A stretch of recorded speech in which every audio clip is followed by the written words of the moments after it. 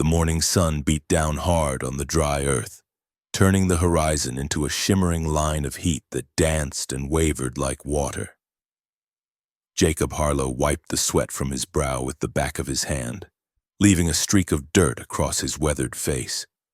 At 43, he'd seen enough summers in this territory to know when the land was holding its breath, waiting for something to break the spell of drought that had gripped the region for near on 2 months. The storm last night had been all fury and no relief, wind that howled like a pack of wolves, lightning that split the sky, but not a drop of rain to ease the thirst of the cracked earth. All it had done was knock down a good 50 feet of fence line on the north pasture, leaving his cattle with an open invitation to wander into the cottonwood grove where the creek used to run before it dried up to nothing but dust and memories. Jacob hefted another fence post, the rough wood heavy in his calloused hands. His muscles, lean and ropey from years of hard work, moved with practiced efficiency as he set the post into the hole he'd dug. Beside him, Midnight stood patient as a saint, the stallion's black coat gleaming like polished obsidian in the harsh light. The horse had been with him 15 years now, ever since Jacob had found him half wild and caught in a tangle of barbed wire down by the old Miller place. "Easy there, boy," Jacob murmured, though Midnight hadn't moved a muscle. It was habit, talking to the horse. Out here, where the nearest neighbor was a good 3 miles off, a man needed something to break the silence, even if it was just the sound of his own voice. The fence post settled into place with a satisfying thud.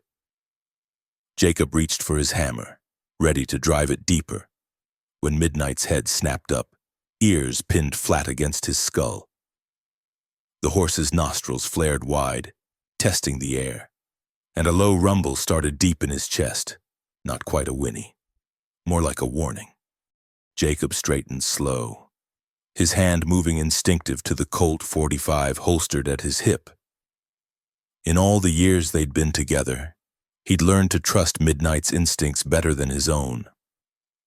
The horse had warned him of rattlers coiled in the shade, of wolf packs prowling too close to the homestead, of flash floods coming down the canyon when the sky was still blue overhead. But this was different. Midnight's whole body had gone rigid, muscles bunched tight beneath his hide like he was fixing to bolt. His eyes, usually calm and knowing, showed white around the edges as he stared fixed at the cottonwood grove maybe 30 yards off. The trees stood thick there, their leaves rustling in the slight breeze, creating pools of shadow that seemed deeper than they ought to be in the bright morning light. "What is it, boy?" Jacob kept his voice low, soothing, but his eyes swept the tree line, searching for whatever had spooked his usually unflappable mount. The grove looked peaceful enough, just a cluster of old cottonwoods that had somehow kept their green despite the drought, their massive trunks scarred and gnarled from decades of growth. But then Jacob noticed it too, the silence. It had crept up gradual-like, but now it pressed against his ears like cotton. No birdsong, though there should have been plenty this time of morning. No buzz of insects. Even the ever-present whisper of wind through the grass had died to nothing. The world had gone still as a held breath, waiting. Midnight took a step back, then another, his iron shoes scraping against the hard-packed earth. The horse's breathing had gone shallow and fast, and Jacob could see the sweat starting to bead along his neck despite the morning still being relatively cool. In 15 years, through storms and gunfights, through encounters with bears and mountain cats, Jacob had never seen Midnight show fear like this. The wind shifted then, just a whisper of movement from the direction of the grove, and with it came a smell that made Jacob's stomach turn. It was metallic, like old iron left to rust in the rain, mixed with something else, leather and sweat and that particular stench that came with. He pushed the thought away, but his hand tightened on the grip of his pistol. Midnight whinnied high and sharp, dancing sideways now, Pulling against the lead rope Jacob had looped around the fence post. Foam flecked the corners of the horse's mouth, and his eyes rolled wild, fixed on something in those shadows that Jacob couldn't see. Whoa there, easy now. Jacob moved slow toward his horse, one hand out, palm down, the gesture he'd used 1,000 times to calm the animal. But Midnight wasn't having it. The stallion reared up, front hooves pawing the air, and for a moment Jacob thought he might break free and bolt. Then, cutting through the unnatural quiet like a knife through butter, came a sound that made every hair on Jacob's neck stand on end. A moan, low and weak, barely human, drifting from somewhere within the cottonwood grove. Jacob's blood ran cold. His mind raced through possibilities. Injured traveler, maybe someone caught by bandits, or worse, someone using distress as bait for ambush. Out here, where law was whatever a man could enforce with lead and gunpowder, it paid to be suspicious of anything that didn't sit right. The moan came again, weaker this time, and despite himself, Jacob felt that pull of conscience. His ma had raised him to help folks in need, and even 20 years of hard living hadn't completely burned that out of him. But Midnight's reaction. The horse knew something Jacob didn't, and that knowledge was screaming danger. Hello? Jacob called out, his voice carrying across the still air. Someone hurt in there? No answer, just that oppressive silence pressing down like a weight. Even the cottonwood leaves had stopped their rustling, as if the trees themselves were holding their breath. Midnight pulled harder against the rope, his whole body trembling now. The horse's fear was contagious, seeping into Jacob's bones, but he couldn't just ride off. Not if someone was truly hurt. Not if there was a chance. He made his decision quick, the way he'd learned to out here where hesitation could cost a man his life. Moving with purpose, he secured Midnight's lead rope with a proper knot, though the horse fought him every step. You stay put, he told the stallion, checking his pistol was loose in its holster. I'll be right back, as he started toward the grove. Midnight let out a sound Jacob had never heard from him before, something between a scream and a sob, pure anguish given voice. It nearly stopped him in his tracks, but he pushed on, every instinct screaming that this was wrong, all wrong, but unable to turn away from that weak cry for help. The shadows of the cottonwoods reached out like fingers as he approached, and the temperature seemed to drop 10 degrees in the space of a few steps. That metallic smell grew stronger, mixed now with something else, fear sweat and gun oil and the distinctive scent of men who'd been riding hard and sleeping rough. Behind him, Midnight's protests grew more frantic, the sound of his hooves striking the ground in agitation, the creak of leather as he strained against his bonds. But Jacob pressed on, one hand on his gun, the other pushing aside the low-hanging branches as he entered the grove. The light dimmed to a green twilight under the canopy, and Jacob had to wait a moment for his eyes to adjust. Fresh tracks marked the soft earth, boot prints, several sets, some deeper than others like men carrying weight. Broken branches showed where someone had pushed through in a hurry, and there, a dark stain on the pale bark of a cottonwood that looked suspiciously like a bloody handprint. Every nerve in Jacob's body was singing danger now, that primitive awareness that had kept his ancestors alive when the world was young and full of predators. But still that moan came, weaker now, more desperate, pulling him deeper into the shadows despite Midnight's continued warnings echoing behind him. He was about to round a massive trunk when something made him pause, some subtle wrongness in the scene ahead. The moaning had stopped, but he could make out a shape on the ground, a man lying on his side, one arm outstretched as if reaching for help. But the position was too perfect, too staged, like someone had arranged him just so. And the man's clothes, though dusty, didn't show the wear of someone who'd been injured and crawling for help. The silence pressed harder now, and Jacob knew with sudden, cold certainty that he'd walked into a trap. The metallic click of a hammer being drawn back confirmed it, the sound coming from directly behind him, followed by a voice rough as sandpaper. "Well now, Mr. Harlow, we've been waiting for you." Jacob's muscles tensed, but he kept his movements slow and deliberate. Years of living on the edge had taught him that sudden moves were a good way to catch a bullet. He raised his hands gradual-like, away from his gun, though every fiber of his being screamed to draw and fire. "That's right, smart of you, Harlow," the voice continued, and Jacob heard footsteps circling around to his left. "Keep them hands where we can see 'em." From the corners of his eyes, Jacob caught movement, 3 more men emerging from behind the thick cottonwood trunks like specters. The injured man on the ground rolled over and pushed himself up, a satisfied grin splitting his dust-caked face. 4 men total, all armed, all watching him with the cold calculation of predators who'd cornered their prey. But even as Jacob tallied the odds against him, his mind kept circling back to midnight. The horse had known. Somehow, that magnificent animal had sensed this ambush from 30 yards out, had tried to warn him with every ounce of his being. And Jacob, fool that he was, hadn't listened close enough. From outside the grove came Midnight's continued protests, the sound of splintering wood as the stallion fought against the fence post, his whinnies now sharp with panic. The horse's distress was like a physical thing, pressing against Jacob's chest, making it hard to breathe.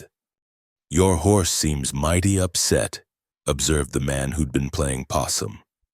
He was younger than the others, maybe 25, with the kind of cruel eyes that found humor in other folks' pain. "Reckon he knows what's coming." "What do you want?" Jacob kept his voice steady, though his mind was racing through possibilities. These weren't common bandits.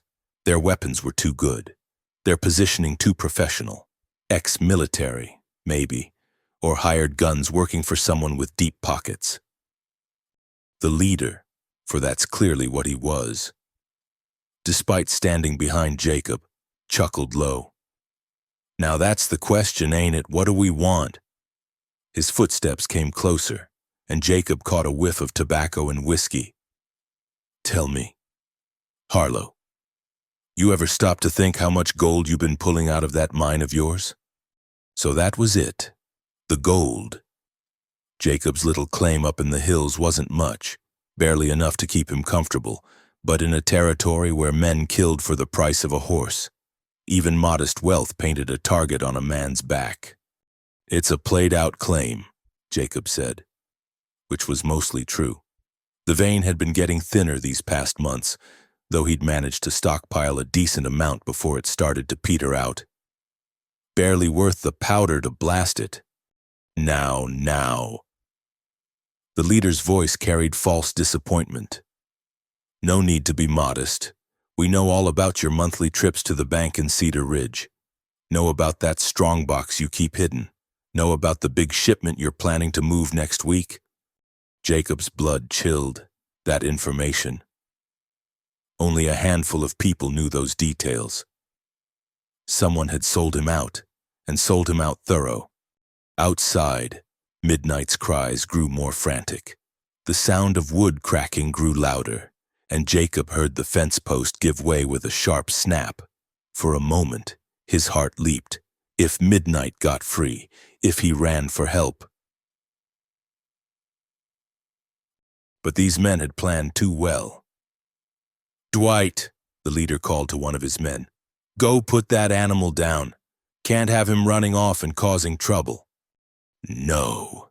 The word tore from Jacob's throat before he could stop it. "Leave the horse be.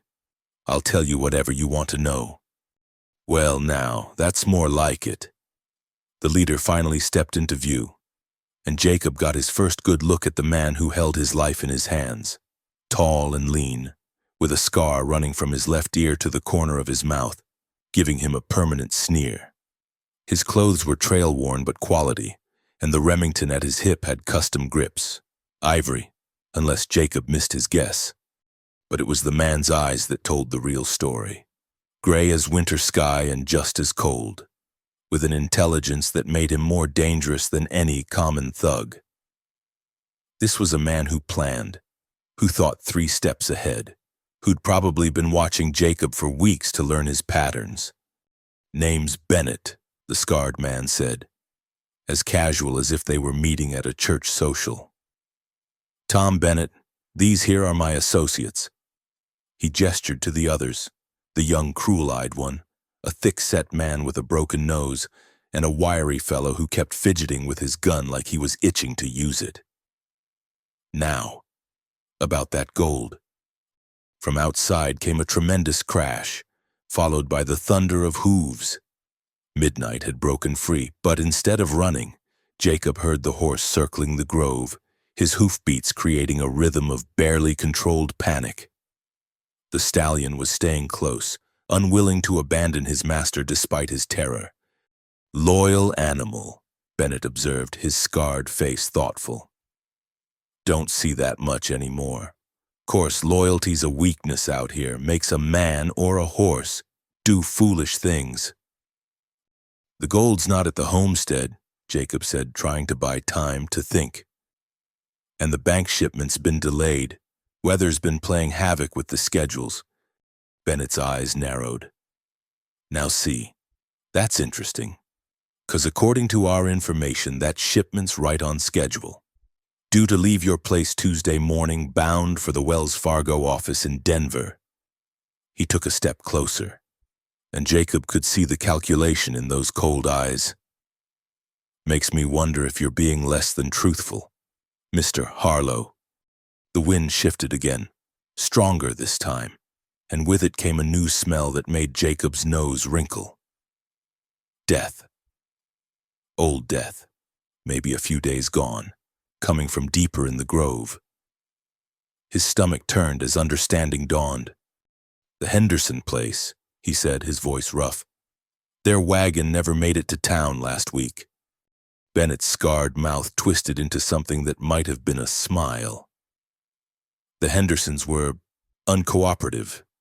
Seemed to think their neighbors might come looking if they went missing. We had to dissuade them of that notion." Rage, hot and pure, flooded through Jacob's veins. Jim Henderson had been a good man, honest and hard-working, with a wife and 2 young boys. The thought of them lying somewhere in this grove left for the scavengers. "You bastard," Jacob growled, his hands clenching into fists despite the guns trained on him. "E-business, Mr. Harlow. Nothing personal." Bennett's voice remained conversational, but his hand moved to rest on his pistol. "The Hendersons chose to make it personal. I trust you'll be smarter." Midnight's hoofbeats grew more agitated, the horse's whinnies taking on an almost human quality of distress. Jacob could picture him out there, black coat lathered with sweat, torn between flight and loyalty. It was that loyalty that would get them both killed. "Here's what's going to happen," Bennett continued, his voice taking on a harder edge. "You're going to tell us exactly where that gold is hidden, every last ounce. Then you're going to write a letter to your bank, authorizing a transfer of funds to an account we'll specify. After that—" He shrugged, the gesture eloquent in its casualness. "After that, you kill me anyway." Jacob finished. He'd been in enough tight spots to know when someone was dealing straight and when they were running a bluff. Bennett had showed his hand when he mentioned the Hendersons. No witnesses. That was the only way an operation like this worked. "Now, Mr. Harlow," Bennett's scarred face arranged itself into mock hurt. "What makes you think we're not men of our word? Because men of their word don't murder families and leave them to rot." Jacob spat. "Because men of their word don't lay ambushes using fake cries for help." The cruel-eyed young man, Dwight, Bennett had called him, laughed at that. "He's got you there, boss. We ain't exactly been playing by the Marquis of Queensberry rules." "Shut up, Dwight," Bennett said mildly, but his eyes never left Jacob's face. Mr. Harlow, you're in no position to negotiate. However, I'm a reasonable man. Tell us what we want to know and we'll make it quick. Force us to get creative. He let the threat hang in the air like smoke. Outside, midnight sounds had changed. The panic was still there, but underneath it, Jacob heard something else, a fury that matched his own. The horse was working himself up to something, and Jacob had a sudden, wild hope that maybe, just maybe. The gold's in the mine, he said, stalling for time. Hidden behind a false wall in the second shaft. But you'll need the exact location or you'll be digging for weeks.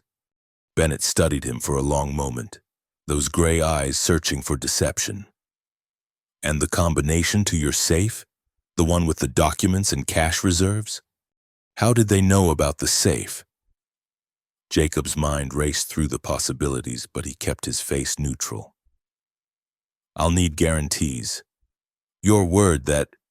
The sound that interrupted him was like nothing he'd ever heard. Midnight's scream of pure rage mixed with the splintering of wood and the startled shouts of men. The stallion burst into the grove like a force of nature, eyes wild, foam flying from his mouth, hooves striking out at anything in reach. Dwight, standing nearest to the grove's entrance, took the brunt of it. One of Midnight's hooves caught him square in the chest, sending him flying backward into a tree trunk with a sound like a sack of grain hitting a barn wall. His gun went off as he fell, the shot going wild into the canopy. Everything happened at once then. Bennett and his men swung their weapons toward the rampaging horse. Jacob dropped and rolled, his hand finding his Colt in one smooth motion born of years of practice.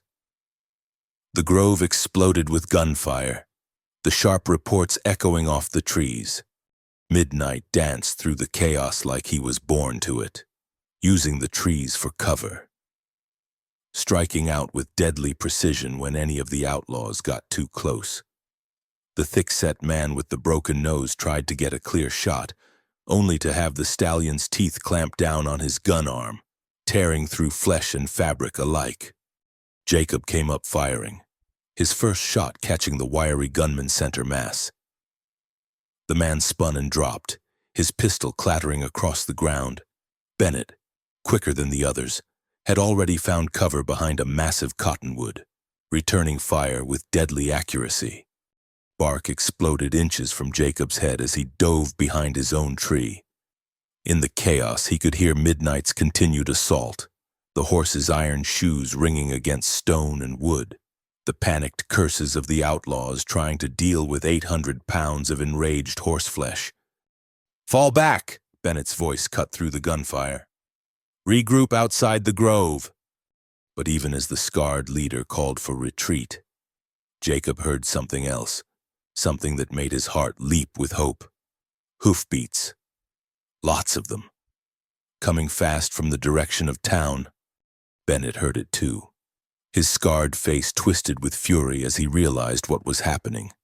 The gunfire, the commotion.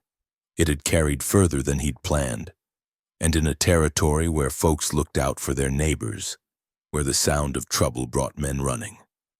His carefully laid ambush was falling apart. "This ain't over, Harlow," Bennett snarled, squeezing off 2 more shots to keep Jacob pinned. Then he was moving, quick and professional, gathering what was left of his men and melting back into the deeper shadows of the grove. Jacob stayed behind his tree, guns steady, listening to the sounds of retreat. Only when he was sure they were gone did he lower his weapon and look for Midnight. The stallion stood in the center of the small clearing, sides heaving, legs splayed for balance. Blood streaked his black coat, some his own from grazing bullets, most from the men he'd fought. His eyes still showed white, but the wild panic had faded, replaced by a fierce protectiveness that made Jacob's throat tight. "Easy, boy," Jacob crooned, moving slow toward his horse. "You did good. You did real good." Midnight's ears swiveled toward him, and the horse took a shaky step forward. Jacob met him halfway, running his hands over the familiar coat, checking for serious wounds. A couple of grazes, some cuts from branches, but nothing that wouldn't heal with care. The hoofbeats were closer now, and Jacob recognized the rhythm, Sheriff Daniels' big roan, and at least half a dozen others. Help was coming, but Bennett and what remained of his gang were already ghosting away through the territory they obviously knew well. As Jacob leaned against Midnight's solid warmth, feeling the horse's gradual calm, he couldn't shake Bennett's parting words. This wasn't over. The scarred outlaw knew too much, had planned too carefully to give up after one failed attempt. And somewhere out there was the person who'd fed Bennett his information, the inside man who'd nearly cost Jacob his life. Midnight turned his head, nuzzling Jacob's shoulder with surprising gentleness. The horse's liquid eyes held an intelligence that went beyond animal instinct, and Jacob found himself whispering, "You knew, didn't you? Knew it was a trap from the start." The stallion snorted softly, as if to say, "Of course I did, you fool. Why didn't you listen?" Sheriff Daniels' voice called out from beyond the grove, cautious and professional. "Harlow, you in there? We heard shots." "In here, Sheriff," Jacob called back, not moving from Midnight's side. "Bring your men. We've got some cleaning up to do." As the posse entered the grove, guns drawn and ready, Jacob's mind was already working through the implications. Bennett had mentioned Tuesday, had known about schedules and safes and details that should have been secret. The betrayal went deep, and until he rooted it out, neither he nor his gold would be safe. But for now, with Midnight's warm breath on his neck and help finally at hand, Jacob allowed himself a moment of gratitude. The horse had saved his life, had fought with a fury born of pure loyalty. Out here, where trust was scarcer than water and twice as precious, that kind of devotion was worth more than all the gold in his mine. The sun had climbed higher while they'd fought for their lives, and its light slanted through the cottonwood leaves in bars of green and gold. Somewhere in the deeper shadows lay the Henderson family, victims of Bennett's greed. Justice would need to be done. Questions would need to be answered. But first, Jacob needed to tend to Midnight's wounds, needed to reward the courage that had turned a deadly ambush into a fighting chance at survival.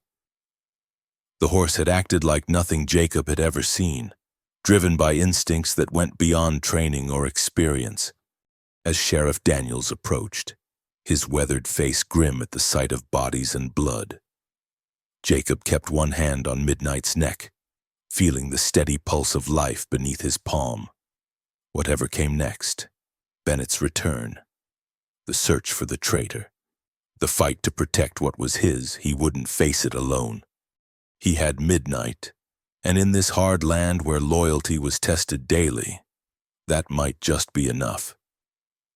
Sheriff Samuel Daniels was a man who'd seen his share of violence in 20 years of wearing a badge, but the scene in the Cottonwood Grove made even his weathered face go pale.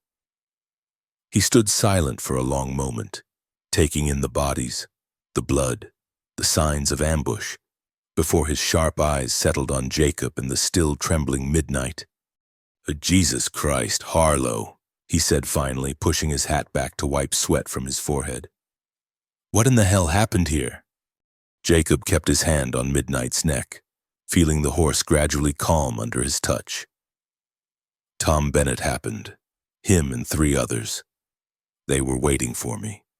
The sheriff's eyes narrowed at the name. "Bennett, scarred fellow, runs with ex-Confederate raiders?" "That's him." Jacob nodded toward the grove's depths. "Sheriff, the Hendersons. I think they're back there somewhere. I could smell." Daniel's jaw tightened. Wondered why Jim hadn't made his weekly supply run. He turned to his men, 6 riders from town, all armed and ready. Spread out, boys. Check the grove thorough-like, and watch yourselves. Bennett might have doubled back. As the posse dispersed into the shadows, Daniels moved closer to Jacob, his voice dropping low. This weren't no random robbery, was it? No, sir. Jacob quickly explained about the ambush, the fake injury, Bennett's knowledge of his gold shipments and schedules. As he spoke, the sheriff's expression grew increasingly grim. Inside information, Daniels muttered, stroking his gray-streaked beard. Someone's been feeding Bennett details about folks' business. First the Hendersons. Now you. Who else knew about my Tuesday shipment? Jacob asked, though he dreaded the answer. Besides you and the bank manager? Well now, let's see. Daniels counted on his fingers. Me, Edgar Moore at the bank, his daughter who helps with the paperwork sometimes, the Wells Fargo agent, and... He paused, frowning. That new clerk Edgar hired last month came highly recommended from Denver. A shout from deeper in the grove interrupted them. One of the deputies had found the Hendersons. Jacob didn't need to see the bodies to know it was bad.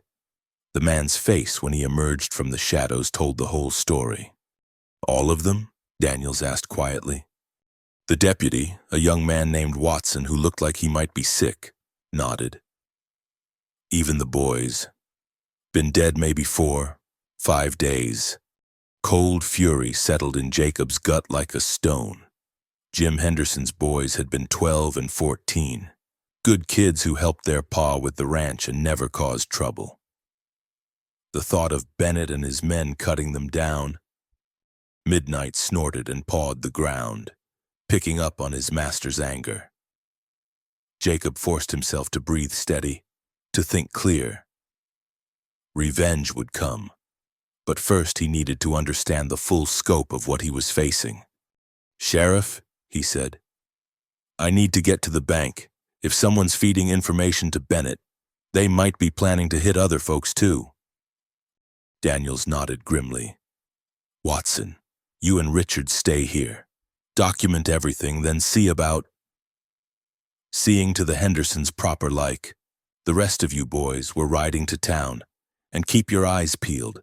Bennett's still out there somewhere. As they prepared to mount up, Jacob checked Midnight's wounds one more time. The grazes had already stopped bleeding, and while the horse was still jumpy, his usual steady temperament was reasserting itself. Jacob swung into the saddle, feeling the familiar comfort of Midnight's strength beneath him. The ride to Cedar Ridge took less than an hour, but to Jacob, it felt like days. His mind churned through possibilities, through faces and conversations, trying to identify who might have betrayed him. The new clerk was an obvious suspect, but something nagged at him. Bennett had known things that went beyond shipping schedules, personal details, habits, the location of his safe. Cedar Ridge appeared peaceful enough as they rode down Main Street. The usual collection of wagons and horses lined the thoroughfare, townsfolk going about their business under the harsh noon sun. But Jacob noticed the subtle signs of tension.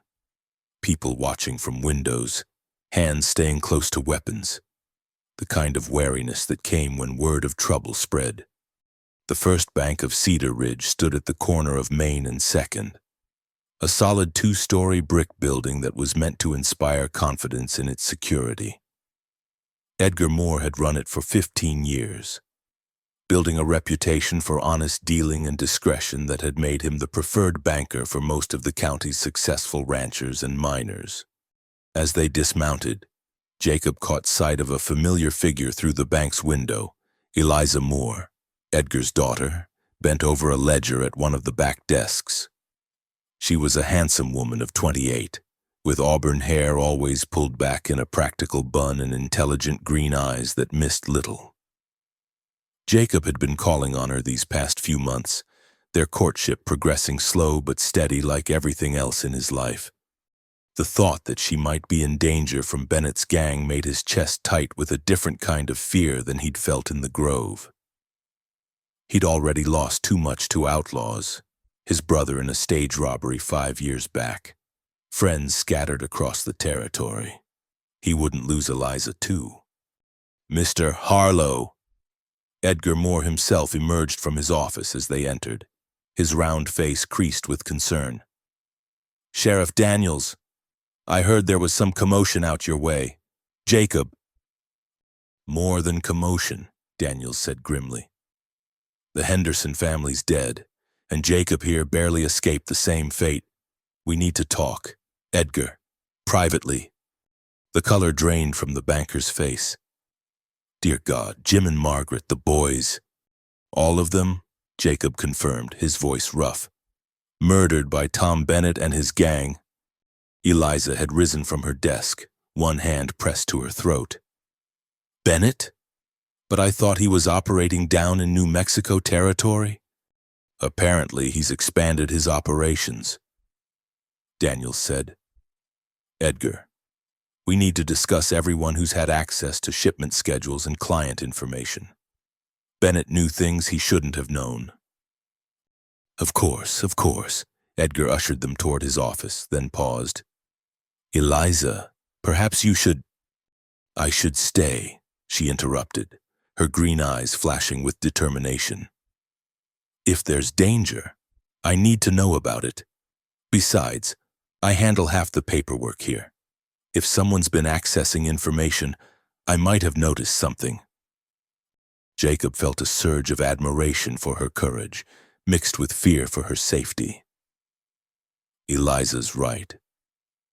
She might have seen something we'd miss. They gathered in Edgar's office, the sheriff closing the door firmly behind them. Edgar poured whiskey from a bottle he kept in his desk drawer, his hands shaking slightly. "Now then," Daniels began. "Let's start with this new clerk of yours. Where'd he come from exactly?" "Marcus Finch," Edgar supplied. "Came with a letter of recommendation from the First National in Denver. Been here 6 weeks. Seems competent enough." He paused, frowning. "Though now that I think on it, he has been mighty interested in our larger clients' accounts." "Where is he now?" Jacob asked, though he had a sinking feeling he already knew the answer.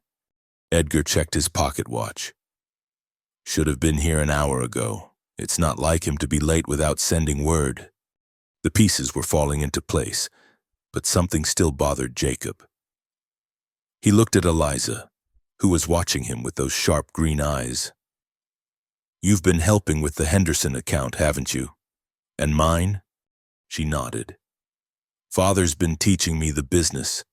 I've handled most of the paperwork for both accounts." Her face paled as understanding dawned. "Oh my God. If someone's been watching my work, tracking which accounts I handle, they'd know exactly who had money worth stealing," Jacob finished.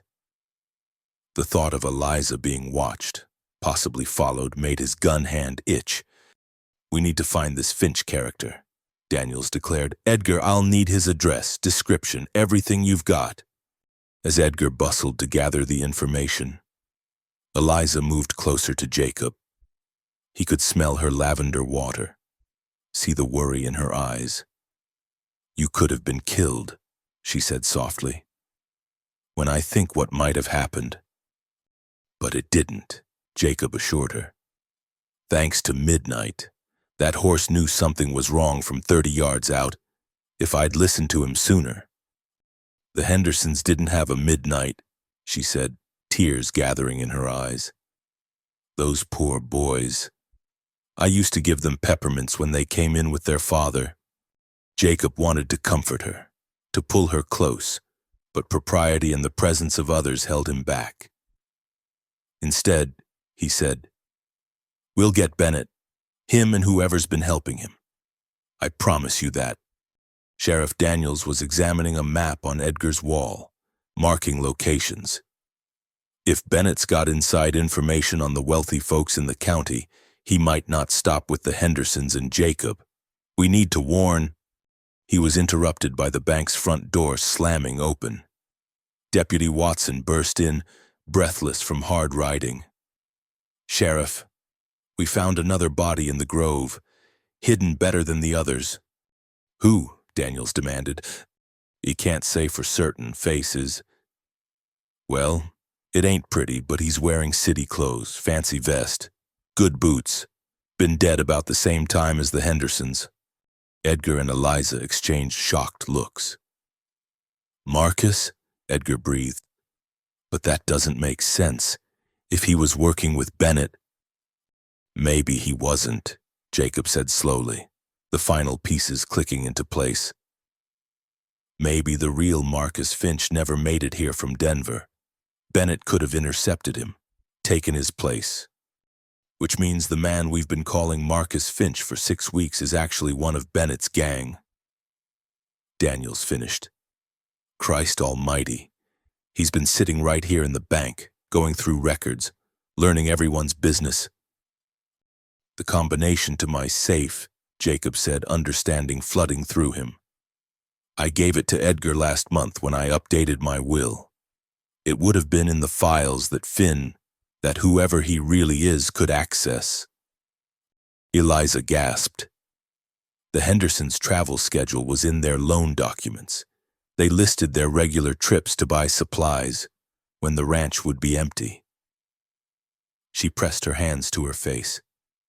We practically gave Bennett a roadmap for murder.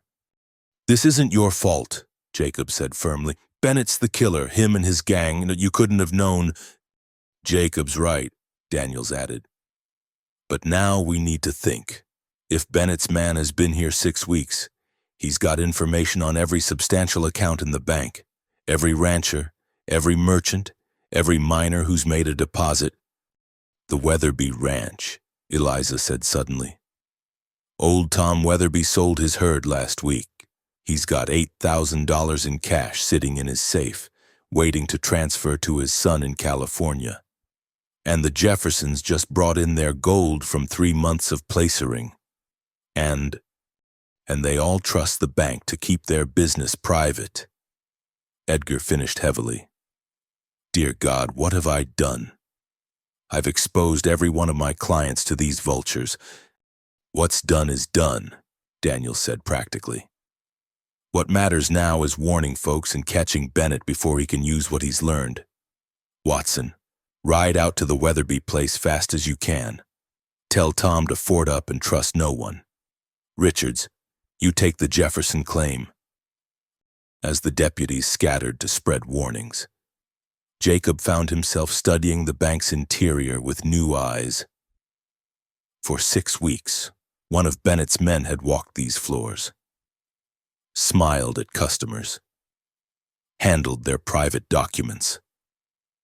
The violation of it made his skin crawl. There's something else, Eliza said quietly. If this man wasn't really Marcus Finch, then he had help maintaining his cover. Someone had to vouch for him beyond just a letter. Someone had to... She stopped, her face going white. The telegraph operator, Mr. Hartley. He's the one who confirmed the references from Denver. Daniel swore colorfully. How deep does this go? How many people has Bennett corrupted or replaced? Or threatened, Jacob added, thinking of the Henderson boys. Man like Bennett wouldn't hesitate to use family as leverage. The sheriff stood abruptly. I need to get to the telegraph office. Edgar, I want you to close the bank immediately. Nobody in or out until we know the extent of this. Eliza, gather all the records that Finch or whoever he was had access to. We need to know exactly what information Bennett has. What about the other banks? Eliza asked. Cedar Ridge isn't the only town in the county. If Bennett's operation is this sophisticated, the implications hung heavy in the air. If Bennett had infiltrated multiple banks, had men in telegraph offices and who knew where else, then this was bigger than just a gang of outlaws. This was organized crime on a scale the territory had rarely seen. One thing at a time, Daniel said, though his face showed he was thinking the same thing. Jacob, I want you to... I'm going after Bennett, Jacob interrupted. He made this personal when he killed the Hendersons. When he came after me? The hell you are, Daniels shot back. You're staying right here where I can keep an eye on you. You're a target, Harlow. Bennett wanted you dead for a reason. Because I've got gold worth taking, Jacob said. Maybe, the sheriff allowed. Or maybe because you've got something else he wants. Either way, you're not riding off half-cocked looking for revenge. Outside. Midnight whinnied sharply, the sound carrying clear through the bank's windows. Jacob moved to look out, seeing his horse pulling against his tether, ears pricked toward the east. Now what's got into him? Daniels muttered. But Jacob was already moving, that cold feeling settling over him again. Same thing as this morning. He senses something. They emerged from the bank cautiously, hands on weapons. The street looked normal enough, but Midnight's agitation was increasing. The horse's eyes were fixed on the old warehouse at the end of the street, a building that had been empty since the silver panic of '73. Could be nothing, Daniels said, but he was already motioning to his remaining men. Could be a cat got in there, or... The crack of a rifle cut him off, the bullet sparking off the brick wall inches from Jacob's head. Then all hell broke loose as windows in the warehouse erupted with gunfire. Inside, Daniels roared, shoving Jacob back toward the bank door. Everyone inside! But even as they scrambled for cover, Jacob's mind was working. This wasn't random. Bennett had known they'd come to the bank, had positioned his men for an ambush, which meant he still had sources of information, eyes watching their every move. As bullets shattered the bank's windows and townsfolk ran screaming for cover, one thought burned clear in Jacob's mind.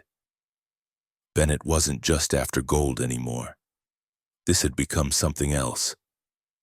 Something deadlier. This was war. Glass exploded inward as bullets hammered the bank's windows.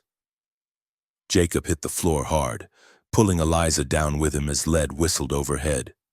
Edgar Moore yelped and dove behind his heavy oak desk, while Sheriff Daniels crouched by the doorframe, trying to get a count of the attackers.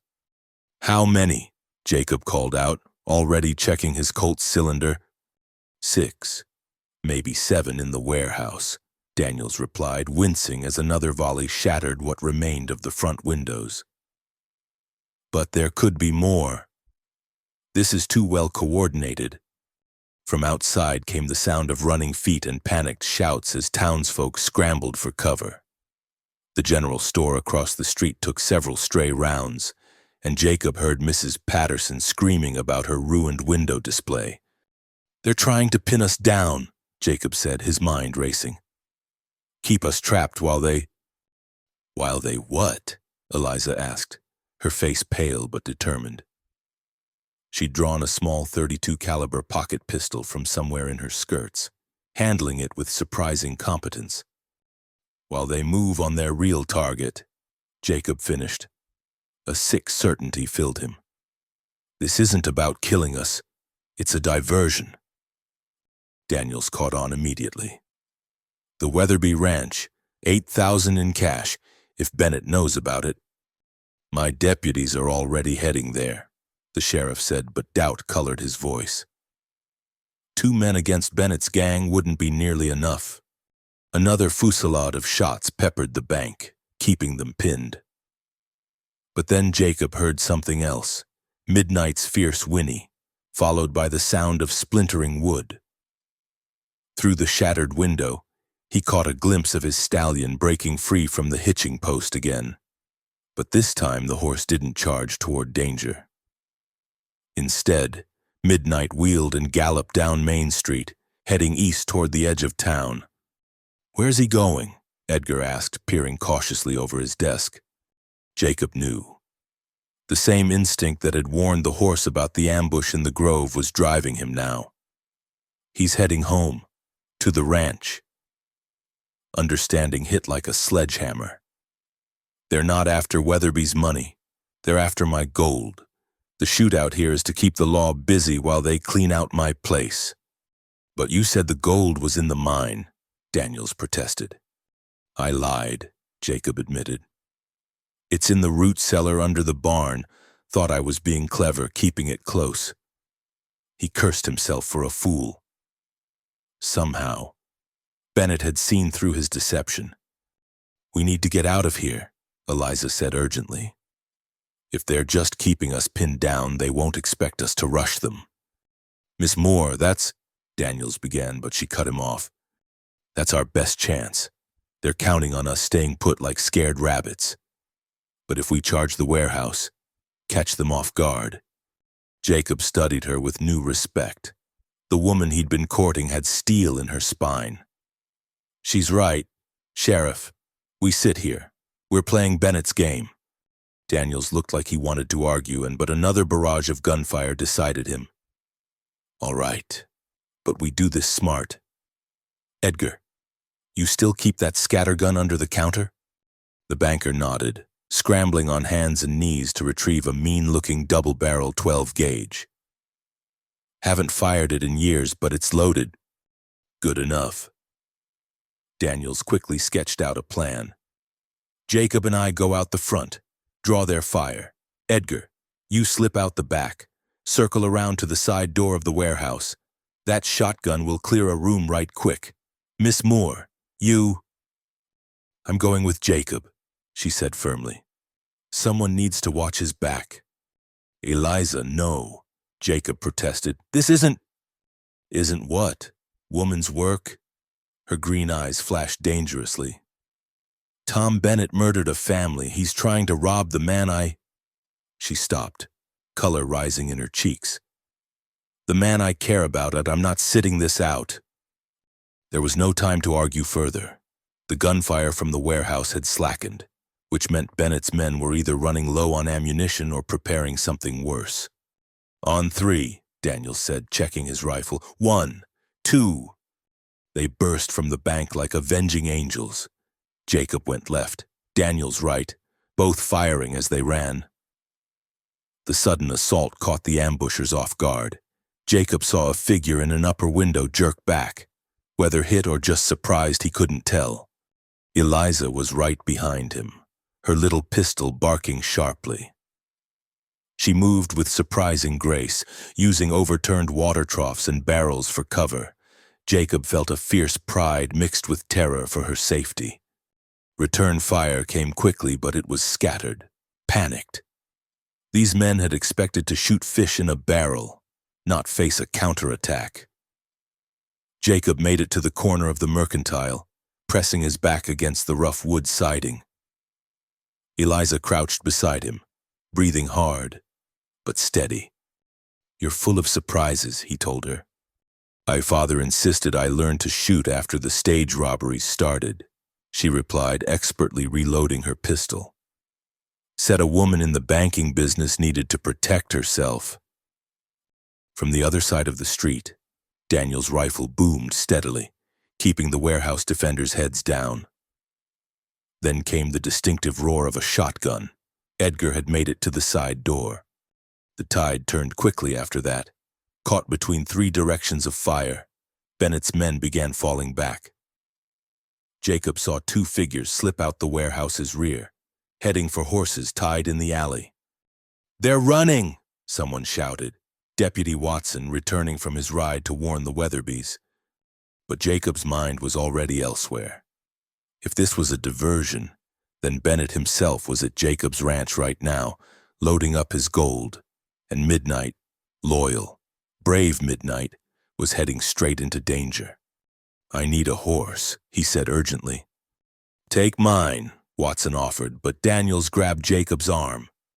You're not going alone. This could be another trap. Every minute we argue, Bennett's getting farther away with my gold, Jacob shot back. And Midnight is a horse, Daniels said firmly. Your life is worth more than... The sheriff never finished the sentence. Jacob's fist connected with his jaw, sending the lawman stumbling backward. It wasn't a hard punch, just enough to break his grip. Sorry, Sheriff, Jacob said, already swinging into Watson's saddle. But that horse has saved my life twice today. I'm not letting him face Bennett alone. Jacob, wait, Eliza called out, but he was already spurring the horse into motion. Behind him, he heard Daniels cursing and calling for men to mount up, but Jacob had a head start and a faster horse. The 3 miles to his ranch had never seemed longer. Watson's mare was game enough, but she wasn't Midnight. Jacob pushed her as hard as he dared, his mind churning with possibilities, all of them bad. If Bennett had hurt Midnight, if the stallion had charged into a trap.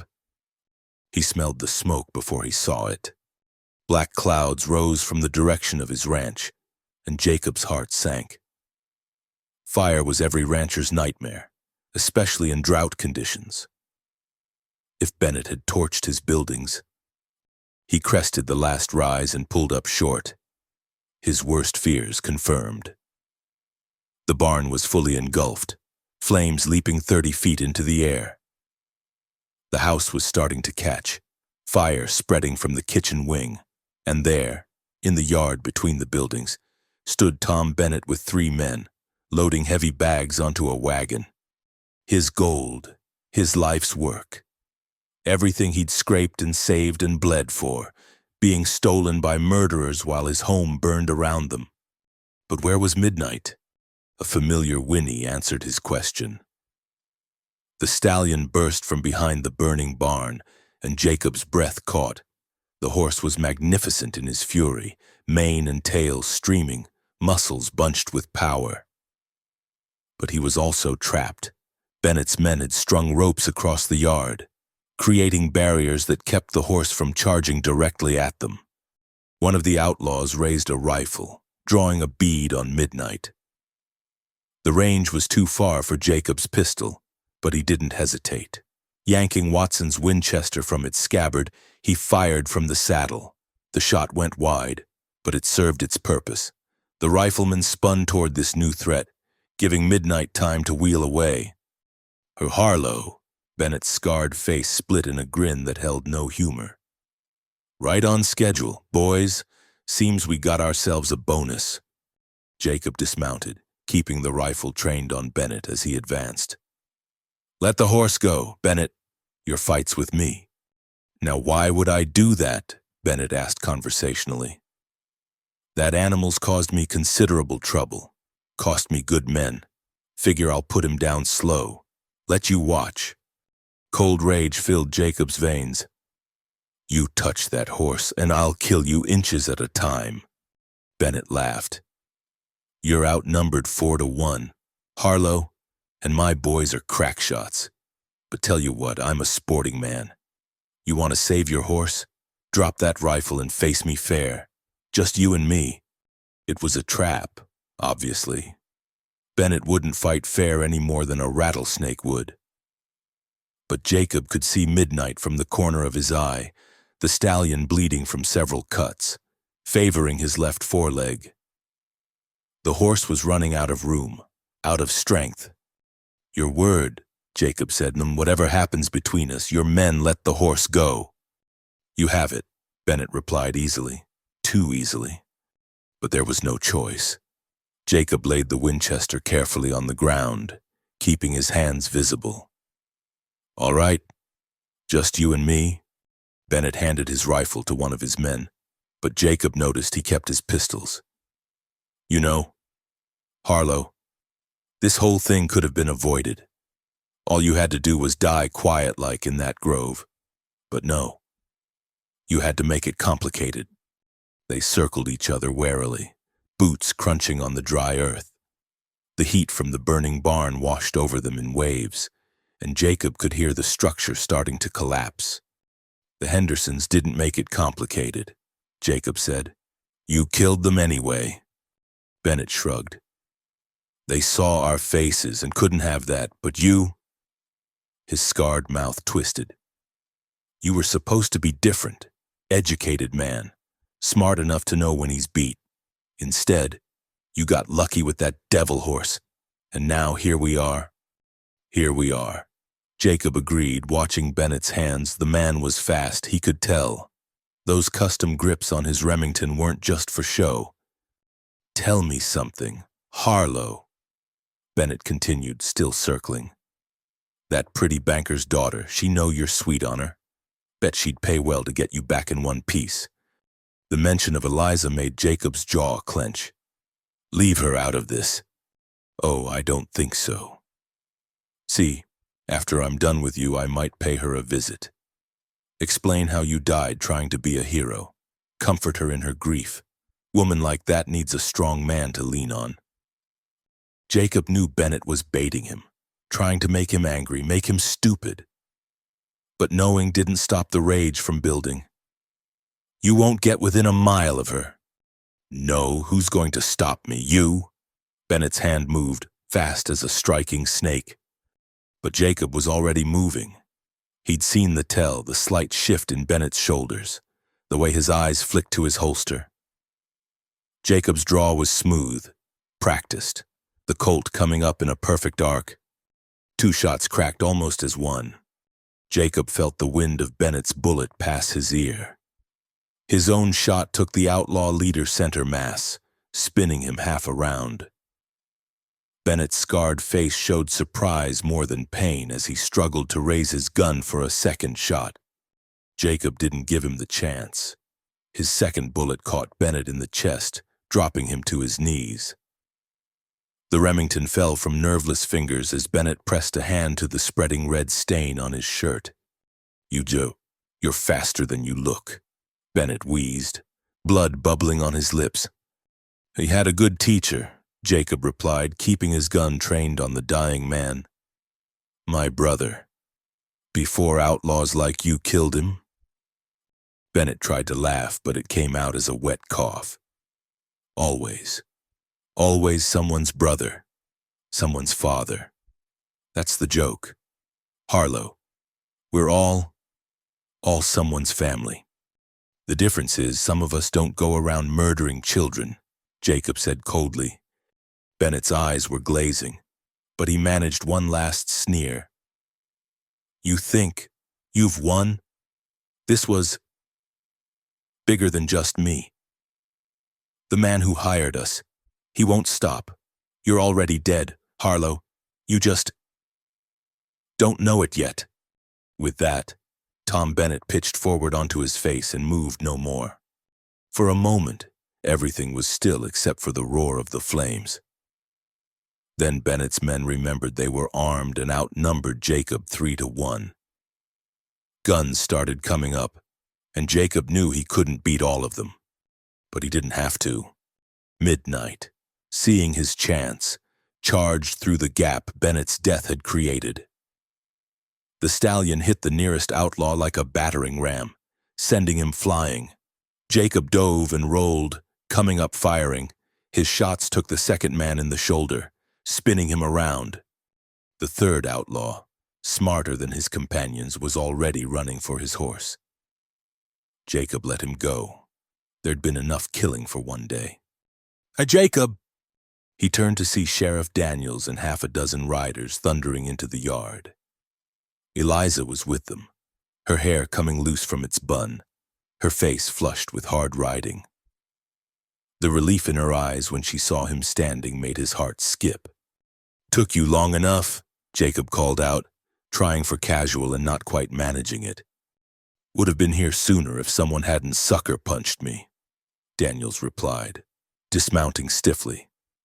He looked at Bennett's body, then at the burning buildings.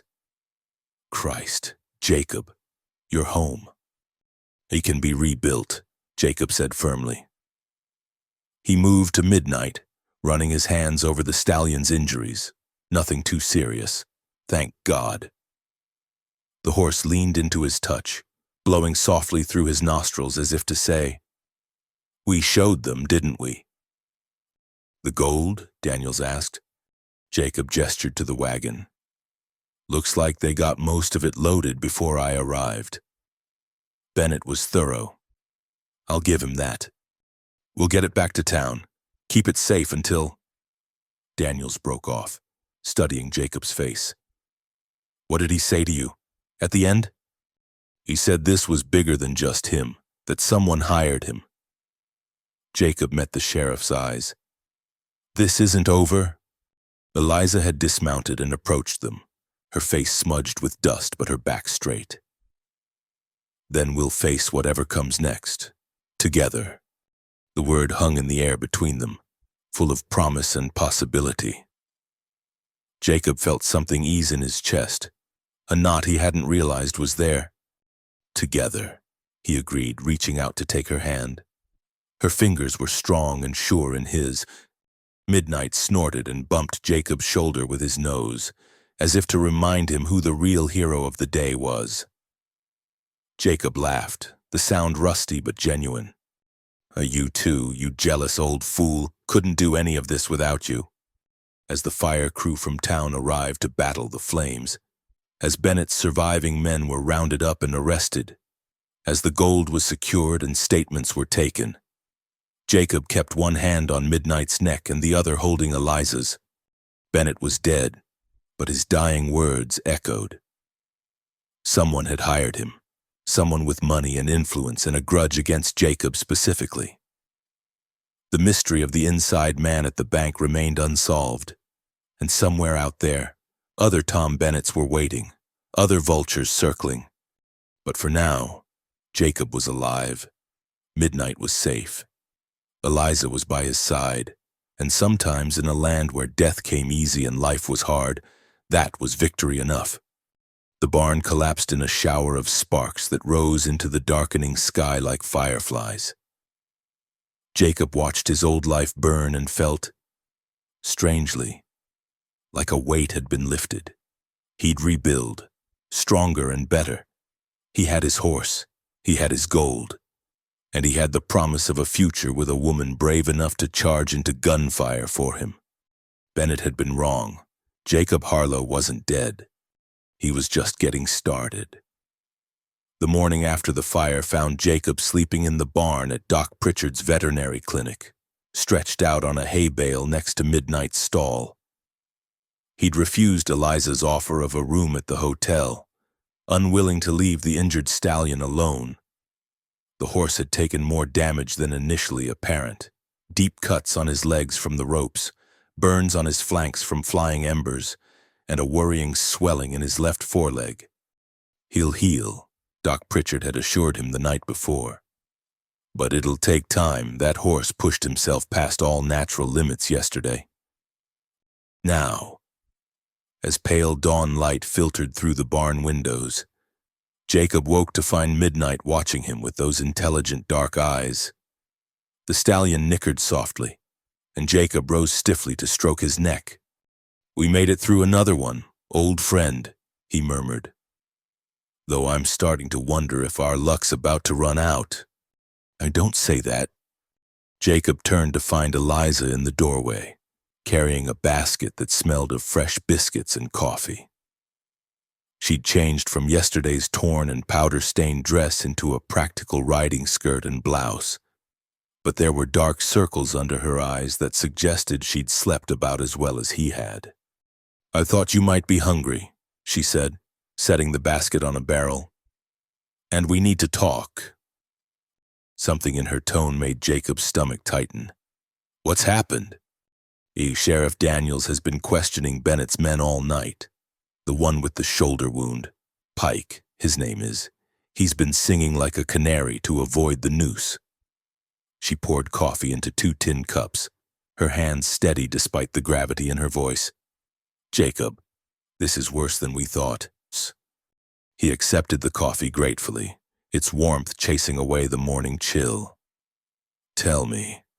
Bennett wasn't lying about being hired. According to Pike, they were contacted 2 months ago by someone calling himself Mr. Smith. Very original. Her lips twisted wryly. This Smith provided detailed information about targets, schedules, security measures. He paid half up front, promised the other half when the jobs were complete. Any description of this Smith? That's where it gets interesting. Eliza pulled a folded paper from her pocket. Pike never met him face to face. All communication was through intermediaries and coded telegrams. but he did overhear Bennett talking about their employer once. Said the man had a stake in the railroad coming through. Jacob nearly choked on his coffee. The railroad? The Western Pacific expansion. They've been surveying routes through the county for months. Her green eyes met his, sharp with understanding. And the proposed route runs right through your land, Jacob, and the Henderson place, and 3 other ranches that have reported troubles in the past month. The pieces clicked into place with sickening clarity. They're trying to drive us out, make the land worthless, force us to sell cheap, or eliminate the owners entirely and buy from desperate widows and orphans. Eliza added grimly, the Hendersons' land is already up for auction. Their nearest relatives live in Ohio and have no interest in ranching. Jacob set down his cup, his mind racing. Who else knows about this? Just Sheriff Daniels, my father, and us. The sheriff's trying to keep it quiet while he investigates, but... She hesitated. Jacob, there's more. Pike mentioned that Smith had someone inside the railroad company, someone high up who could adjust survey routes to maximize profits, and someone in the banks to identify targets. Jacob added, this conspiracy goes deep. Deeper than you know. Eliza moved closer, lowering her voice. Last night, after we got back to town, I went through the bank records again, really went through them. That man posing as Marcus Finch. He didn't just access current accounts. He copied information going back 5 years. Land deeds, mineral rights, water claims, everything that might affect property values along potential railroad routes. Midnight shifted restlessly in his stall, ears swiveling toward the barn door. Jacob noticed immediately, after yesterday. He'd never ignore the horse's warnings again. Someone's coming, he said quietly. Eliza's hand went to the pocket where she kept her pistol, but relaxed when Sheriff Daniels appeared in the doorway. The lawman looked like he'd aged 5 years overnight, his usually neat appearance disheveled and his jaw dark with stubble. Morning, folks, he said wearily. Glad you're both here. Saves me time. What's wrong, Sheriff? Eliza asked. Just got word from the county seat. Judge Morrison sending a special investigator to look into the railroad connection. Should be here by noon. He paused, rubbing his jaw where Jacob had punched him. Thing is, I got a bad feeling about this investigator. Name's Garrett Walsh. Ever hear of him? Jacob shook his head, but Eliza gasped. Walsh? The one who investigated the Tucson land frauds? Same man, Daniels confirmed grimly. And if I recall correctly, those investigations ended with all the witnesses either dead or disappeared, and the big fish getting away clean. You think he's corrupt? Jacob asked. I think a man who's investigated 3 major land fraud cases without a single conviction is either incompetent or bought. Daniels accepted a cup of coffee from Eliza with a grateful nod. And Garrett Walsh didn't strike me as incompetent when I met him 2 years ago. So what do we do? Eliza asked. We get ready, Daniels said.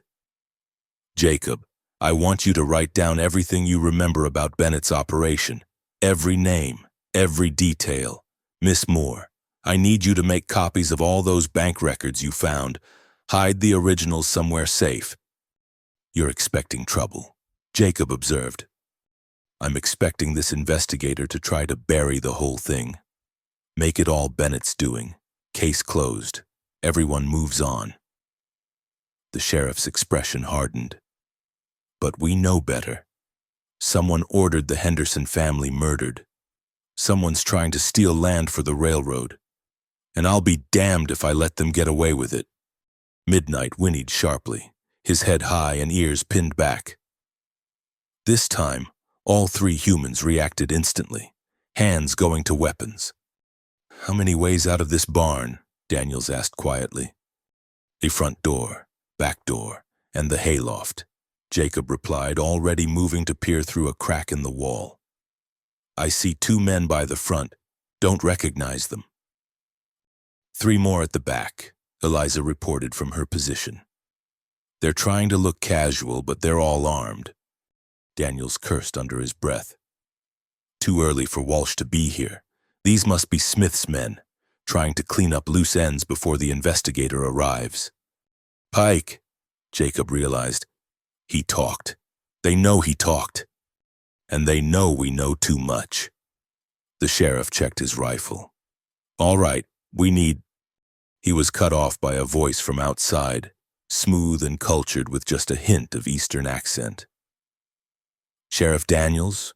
Mr. Harlow? I believe we need to have a conversation. Jacob peered out again and saw a well-dressed man standing in the dusty street, middle-aged, graying at the temples, wearing a suit that probably cost more than most folks made in a year. He held no weapon, but he didn't need one, not with 5 armed men surrounding the barn. That's not Garrett Walsh, Daniels muttered. No, the man called out, apparently blessed with excellent hearing. Mr. Walsh has been delayed. I'm representing certain interests that would prefer this unfortunate situation be resolved quietly. My name is Pemberton, Charles Pemberton, attorney at law.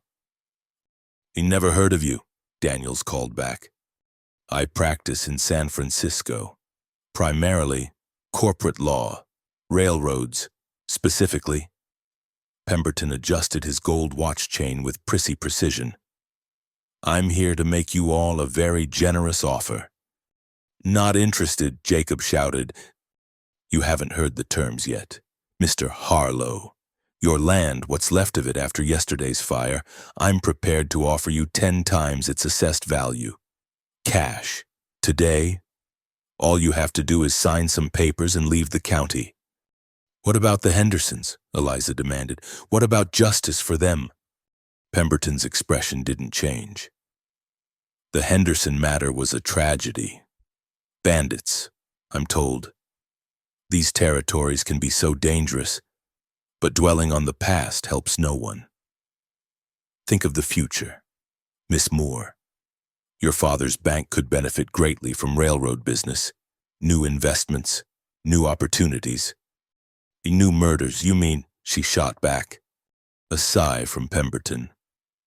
I had hoped we could be civilized about this. Sheriff, surely you understand the situation. The railroad is coming whether you like it or not. Progress doesn't stop for sentiment. You can either profit from it or be crushed by it. Like the Hendersons were crushed? Daniel's voice was cold as winter iron. The Hendersons made their choice. All pretense of civility dropped from Pemberton's tone. As you're making yours now, gentlemen? The 5 gunmen spread out, taking positions that would allow them to fire into the barn from multiple angles. Jacob's mind raced, calculating odds. 3 people against 5, with minimal cover and an injured horse to protect. Then Midnight did something unexpected. The stallion began kicking his stall door. Not in panic, but with measured, rhythmic blows. The booming sounds echoed through the barn like thunder. What's he doing? Eliza whispered. Jacob realized with a start. He's calling for help. That's the pattern he uses when he wants the other horses to come. A wild hope rose in his chest. Doc Pritchard kept a dozen horses in the paddock behind his clinic. If they responded to Midnight's call, understanding dawned on Eliza's face. The back door. If the horses come running, they'll have to scatter or be trampled. Worth a try, Daniels agreed. On my signal, we go out the back. Stay low. Use the horses for cover if they come. The kicking grew louder, more insistent. Midnight's calls were answered by whinnies from the paddock, followed by the sound of hooves on hard earth. Lots of hooves. Mr. Pemberton, Jacob called out, buying time. Tell me something, and how do you sleep at night, knowing you're responsible for murdering children? I sleep quite well, Mr. Harlow, on silk sheets in a feather bed, in fact. Pemberton's voice carried smug satisfaction. Morality is a luxury I've found I can live without. The thunder of hooves grew louder. Through the barn's back window, Jacob could see dust rising as a dozen horses circled the paddock, agitated by midnight's calls. "Now!" Daniel shouted. They burst through the back door just as the paddock horses, worked into a frenzy by midnight's summons, broke through the old fence rail. The gunman at the back, caught between the escaping humans and a wall of charging horseflesh, dove for safety. Jacob grabbed Eliza's hand, pulling her along as they ran. Gunfire erupted behind them, but the horses provided chaos and cover. A big bay gelding nearly knocked Jacob over, and he used the moment to change direction, making for the cluster of buildings that made up the main street. "At the jail!" Daniel shouted. "It's fortified!" More shots rang out. A bullet sparked off a water trough inches from Eliza's head. Jacob spun, firing back at their pursuers, trying to give her cover. His shots were wild but forced the gunman to duck. They'd almost made it to the jail when disaster struck. Eliza cried out, stumbling, her hand going to her side. Blood seeped between her fingers. "No!" Jacob caught her as she fell, his heart stopping at the sight of crimson spreading across her white blouse. "Go," she gasped. "Leave me." "Like hell." He scooped her up, running harder than he'd ever run in his life. Daniels was at the jail door, providing covering fire. They burst inside, and the sheriff slammed the heavy door behind them, dropping the bar into place. "Doc Pritchard," Jacob said urgently, laying Eliza on a cot. "Get the doc." "Can't," Daniels replied, peering out the window. "They've got us surrounded. 6 men now. Pemberton must have had more waiting." Eliza's breathing was shallow, her face pale. Jacob pressed his hand over hers, trying to stop the bleeding. "Hold on," he told her. "Just hold on." "Hey, Jacob," she whispered. The records, I hid them in the old mine shaft, the abandoned Jessup claim. Tell my father." "You'll tell him yourself," Jacob said fiercely. "You're not dying on me, Eliza Moore. Not when I haven't even properly proposed yet." A weak smile touched her lips. "Is that your idea of a proposal?" "The worst one ever," he admitted, tears burning his eyes. "You deserve better. Flowers and moonlight and all the pretty words. So you have to live, you hear me? Live so I can do it right." Outside, Pemberton's voice rang out again. "Sheriff, you have 1 minute to surrender. After that, we burn you out. Your choice, die by bullet or die by fire." Daniels looked at Jacob, then at Eliza's still form. "We can't win this, son. Too many of them." "Then we take as many with us as we can," Jacob said grimly. A new sound cut through the morning air, a bugle call, clear and military. Pemberton's men began shouting in confusion. "What the hell?" Daniels muttered, peering out the window. Then his face split in a grin. "I'll be damned. It's the cavalry.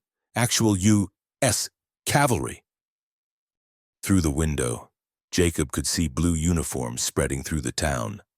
A full company by the look of it, moving with trained precision to surround Pemberton's gunmen. "Drop your weapons," a voice of command rang out. "By order of the United States Army." The jail door shook under a heavy knock. "Sheriff Daniels, Captain Samuel Morrison, 5th Cavalry. We're here on federal orders to investigate railroad-related murders in this county." "Morrison?" Daniels called back. "Judge Morrison's son?" "The same, sir. My father sent word to Fort Douglas after receiving some disturbing telegrams." "May we come in? We have a medical officer with us." Jacob barely heard the rest. The army doctor was already working on Eliza, competent hands stemming the bleeding. She was unconscious but breathing, and the doctor's expression was cautiously optimistic. "She'll make it," he announced after what felt like hours. "Bullet went clean through. Missed anything vital? Lucky young woman." The relief nearly brought Jacob to his knees. He gripped Eliza's hand, feeling the weak but steady pulse in her wrist. Outside, Pemberton was protesting loudly about lawyers and rights and powerful friends. Captain Morrison seemed unimpressed, ordering the attorney arrested along with his hired guns. "This isn't over," Pemberton shouted as soldiers led him away. "You have no idea who you're dealing with. The Western Pacific Railroad has resources you can't imagine. And the United States Army has resources you clearly didn't imagine." Morrison replied calmly, "My father takes a dim view of people who murder families for profit, Mr. Pemberton, as does President Grant." As the dust settled and order was restored, Jacob finally allowed himself to breathe. They'd survived, barely. Eliza would recover. The cavalry's arrival had saved them from certain death. But Pemberton was right about one thing. This wasn't over. The Western Pacific Railroad and its mysterious Mr. Smith were still out there. The conspiracy went deeper than one corrupt lawyer and a gang of hired killers. From outside came a familiar whinny. Jacob looked out to see Midnight, who had somehow escaped his stall during the chaos, standing proud and defiant in the street. The stallion's dark eyes found Jacob's through the window, and he tossed his head as if to say, "See, I told you we'd make it. I told you we'd—" "That horse," Sheriff Daniels said, shaking his head in wonder. "I ain't never seen anything like him." "Neither have I," Jacob agreed softly. "Neither have I." As Eliza stirred, murmuring his name, Jacob made a silent vow. The railroad might have money and power and influence, but he had something they didn't. He had people worth fighting for, a horse worth its weight in gold, and the truth on his side. The battle for the county's soul had only just begun. 3 days after the cavalry's arrival, Cedar Ridge had transformed into something resembling a military camp. Soldiers patrolled the streets, and Captain Morrison had established his headquarters in the hotel, turning the dining room into a makeshift courtroom where he conducted interviews with anyone who might have information about the railroad conspiracy. Jacob sat in Doc Pritchard's clinic, watching Eliza sleep. Her color had improved dramatically, and the doctor assured him she was out of danger. Still, he couldn't bring himself to leave her side for long. The memory of her blood on his hands haunted him. "You need to eat something," Edgar Moore said from the doorway. The banker looked haggard, the strain of recent events etched in new lines on his face. "And Captain Morrison wants to see you. Says it's urgent." "Can it wait?" Jacob asked, not taking his eyes off Eliza. "I'm afraid not." Edgar moved closer, lowering his voice. "They found something in the Jessup mine, the abandoned one where Eliza hid the records." That got Jacob's attention. "What kind of something?" "Morrison wouldn't say, but his men have been going in and out all morning, and they've posted guards, heavy guards." Edgar glanced at his sleeping daughter. "She'll be fine for an hour. Son, Mrs. Patterson's coming to sit with her." Reluctantly, Jacob rose and followed Edgar out. Midnight was in the small paddock behind the clinic, his wounds healing well. The stallion nickered a greeting, and Jacob paused to run his hand along the horse's neck.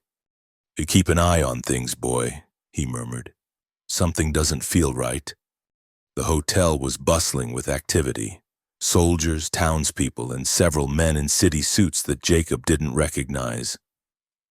Captain Morrison's aide showed them to the dining room, where the captain was studying a map spread across the table.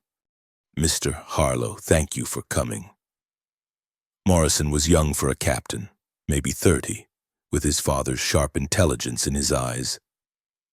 "We need to discuss what my men found in the Jessup mine." "The bank records?" "We found those, yes, very illuminating." Morrison gestured to a chair. "But we found something else. Someone else, to be precise." Jacob's blood chilled. "Bodies?" One body, but not what you're thinking. Morrison picked up a photograph from the table. Do you recognize this man? The image showed a well-dressed man in his 50s, with silver hair and a neatly trimmed beard. Something about the face was familiar, but Jacob couldn't place it. I've seen him somewhere, Jacob said slowly, but I can't recall where. His name was Harrison Ainsworth, Morrison said. He was a senior executive with the Western Pacific Railroad, supposedly died in a train accident 6 months ago. Supposedly? The body in the mine has been there approximately 2 weeks. And before you ask, we've confirmed it's Ainsworth. His wife identified some personal effects. Morrison's expression was grim. It seems Mr.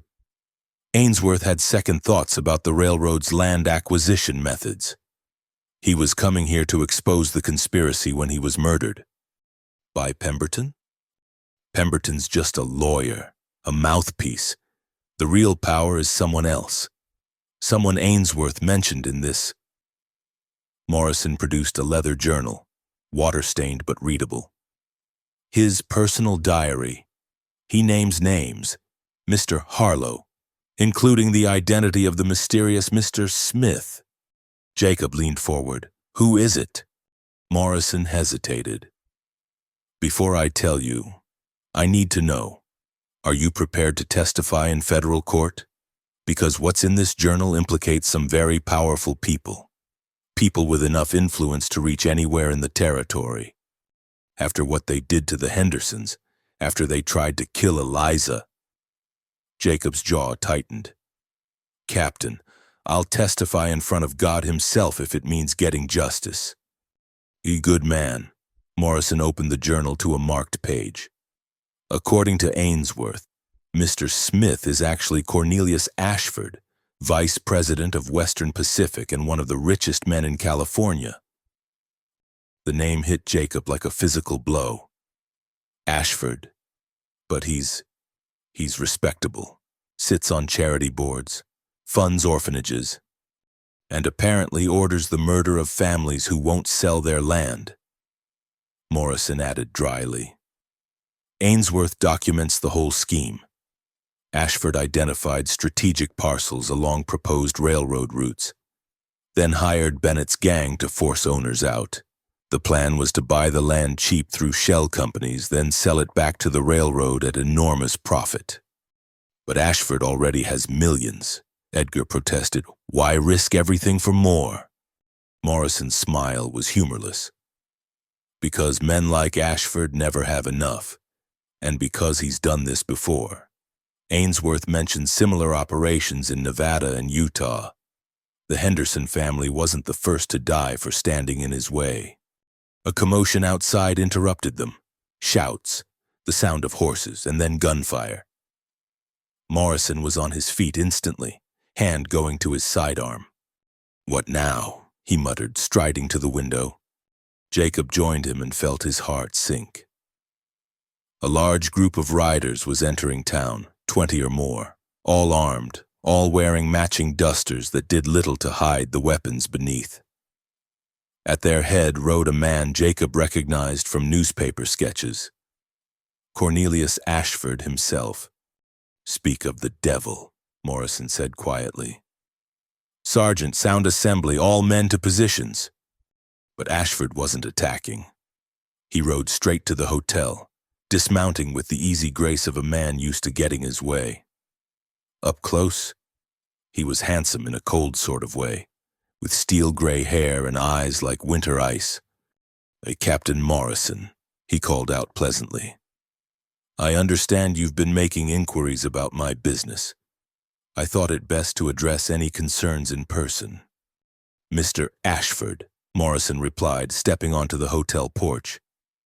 You're under arrest for conspiracy to commit murder, land fraud, and violation of federal law. Ashford laughed, a sound like breaking glass. Am I? And what evidence do you have for these accusations? The testimony of your hired killers, for one. The journal of Harrison Ainsworth, for another. Something flickered in Ashford's eyes at Ainsworth's name. Poor Harrison, I heard he died in a tragic accident. Train derailments are so common these days. The only tragedy was that he trusted you, Morrison shot back. Trust, Ashford seemed to taste the word. Such a fragile thing. Tell me, Captain, do you trust your men, all of them? Before Morrison could respond, several soldiers suddenly turned their weapons on their compatriots. The sergeant who'd been standing beside Morrison pressed a pistol to the captain's head. "Sorry, sir," the sergeant said, not sounding sorry at all. "Mr. Ashford pays better than the army." Jacob went for his gun, but froze as more corrupted soldiers appeared, weapons trained on him and Edgar. In seconds, the situation had completely reversed. "You see, Captain," Ashford said conversationally, "money is a universal language. Your father may be a federal judge, but judges can be replaced. Soldiers, even easier." He turned those cold eyes on Jacob. "Mr. Harlow, you've caused me considerable inconvenience." "Good," Jacob spat. "Hope to cause you more before I'm done." Brave words from a man about to die. Ashford drew a silver-plated revolver from his coat. "But I'm not without mercy. Tell me where Ainsworth hid the duplicate records he mentioned in his journal, and I'll make your death quick. Refuse." He shrugged eloquently. "Go to hell," Jacob growled. "Eventually, I'm sure, but not today." Ashford cocked his weapon. "Last chance. Harlow." A wild whinny split the air, followed by screams and the thunder of hooves. Midnight burst around the corner of the hotel like a black tornado, and he wasn't alone. Behind him charged a dozen horses from the livery stable, eyes rolling white with fear. No, Jacob realized with shock, not fear, fury. The horses slammed into Ashford's men like a living battering ram. Midnight led the charge, his iron shoes lashing out with deadly precision. The corrupted soldiers scattered, their formation shattered by 800 pounds of enraged horseflesh multiplied by 12. In the chaos, Morrison twisted free from his traitorous sergeant, grappling for the gun. Jacob didn't waste the opportunity. He drew and fired in one smooth motion, his bullet catching one of Ashford's gunmen who was drawing a bead on Edgar. "The journal," Morrison shouted, wrestling his sergeant to the ground. "Get Ainsworth's journal." Jacob saw it on the ground where Morrison had dropped it. But Ashford saw it too. They both lunged for it, colliding hard. Ashford was stronger than he looked, fighting with the vicious desperation of a man who knew the journal meant his doom. They rolled in the dust, punching and clawing. Ashford's revolver went spinning away. Jacob's fist connected with the railroad man's jaw, snapping his head back. But Ashford responded with a knee to Jacob's ribs that drove the air from his lungs. Through the melee, Jacob caught glimpses of the larger battle. Loyal soldiers were fighting the corrupted ones. Townspeople had joined in, evening the odds. And through it all charged the horses, Midnight at their head, creating havoc among Ashford's hired guns.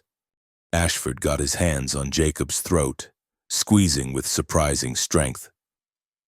Black spots danced in Jacob's vision. With desperate strength, he brought his knee up hard, catching Ashford in the stomach. The older man's grip loosened, and Jacob threw him off.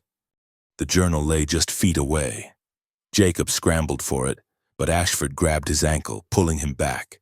They fought savagely. No science or skill to it now, just two men battling for survival. Then Ashford made a mistake. He went for a hidden derringer in his boot, giving Jacob the opening he needed. His fist crashed into Ashford's temple, and the railroad magnate went limp. Jacob grabbed the journal, clutching it tight as he struggled to his feet. Around him, the battle was winding down. Ashford's men, caught between loyal soldiers, armed townspeople, and rampaging horses, were surrendering or fleeing. "Got it," Jacob called out, holding up the journal. Morrison, sporting a black eye but grinning fiercely, snapped salutes from the soldiers who'd remained loyal.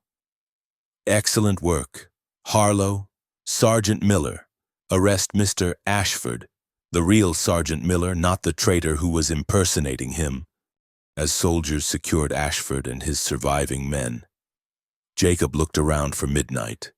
The stallion stood in the middle of the street, sides heaving but head high with pride. The other horses had calmed and were being gathered by their owners, but they all seemed to give Midnight a respectful distance. "I don't understand," Edgar said, staring at the horses. "How did they know to come?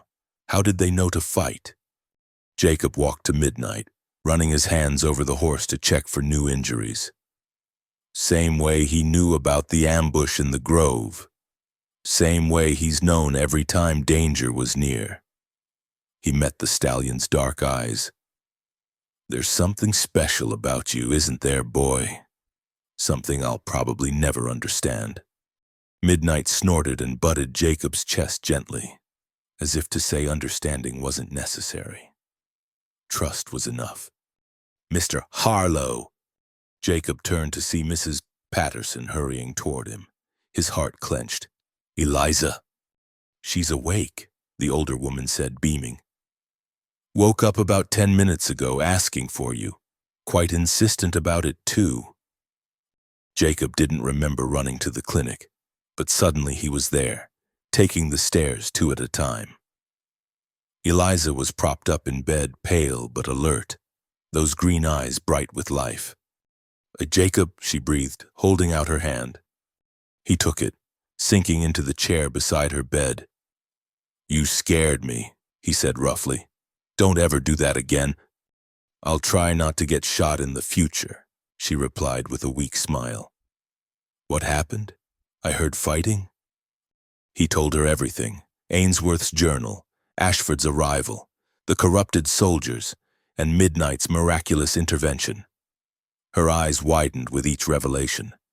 "So it's over?" she asked when he finished. "Really over?" "This part is," Jacob confirmed. "Ashford will hang for what he's done. The railroad will have to find honest ways to buy land. And with the journal as evidence, we might be able to undo some of the damage from his other schemes." "And us?" Eliza asked softly. "What happens to us now?" Jacob remembered his desperate words when she lay bleeding, about proposals and doing things right. He cleared his throat. "Well, I need to rebuild my ranch, and you need to heal. But after that," he squeezed her hand gently.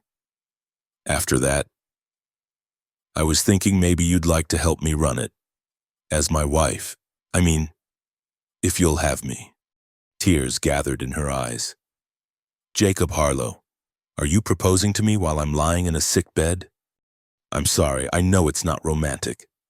She cut him off by pulling him down for a kiss, soft and sweet and full of promise. "Yes," she whispered against his lips. "Of course it's yes." Outside, Midnight whinnied, a sound of pure joy that echoed across Cedar Ridge. The horse who'd saved Jacob's life more times than he could count, who'd faced down outlaws and conspiracies with unwavering courage, seemed to understand that the danger had passed and happiness had won. As Jacob held Eliza close, careful of her injuries but unwilling to let go, he thought about everything they'd survived: Bennett's ambush, Ashford's conspiracy, bullets and fire and betrayal. They'd faced it all and emerged victorious, thanks to courage, loyalty, and a remarkable horse whose instincts had proved sharper than any human's. The West was still wild, still dangerous. There would be other challenges, other threats, but Jacob knew now that he wouldn't face them alone. He had Eliza. He had friends like Sheriff Daniels and Captain Morrison. And he had Midnight. In a land where death came easy and trust was hard won, that was wealth beyond measure. The trial of Cornelius Ashford was set to begin in 2 weeks at the federal courthouse in Denver. Captain Morrison had departed with his prisoner and a heavily armed escort, taking Ainsworth's journal and all the evidence they'd gathered. The corrupted soldiers faced court-martial, while Ashford's hired guns would stand trial for murder and conspiracy. Cedar Ridge slowly returned to normal, though normal had taken on a new meaning. The town had faced down one of the most powerful men in California and won. That kind of victory changed a place, gave people a different way of carrying themselves. Jacob stood in what remained of his burned barn, planning the rebuild. Eliza sat on a makeshift bench nearby, still recovering but insisting she was well enough to help with the planning. Her father had given them a generous loan to get started, and several neighbors had offered to help with the construction. "We should make it bigger," Eliza suggested, studying the sketches Jacob had drawn. "If we're going to run cattle and horses, we'll need more stall space." "Horses?" Jacob looked up from his measurements. "Well, we can't just have Midnight, can we? A stallion like that needs mares. We could start a breeding program." Her eyes sparkled with enthusiasm. "Think about it. Horses with even half his intelligence and courage would be worth a fortune."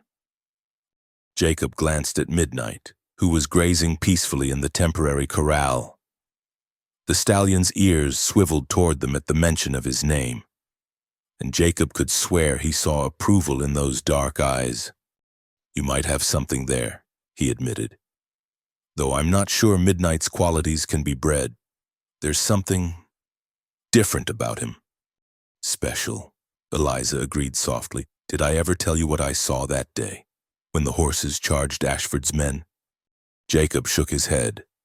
"It was like they were following Midnight's commands, not just running wild, but attacking specific targets. And the way he protected Captain Morrison during the fight." She shivered despite the warm afternoon sun. "It wasn't natural, Jacob. It was something more."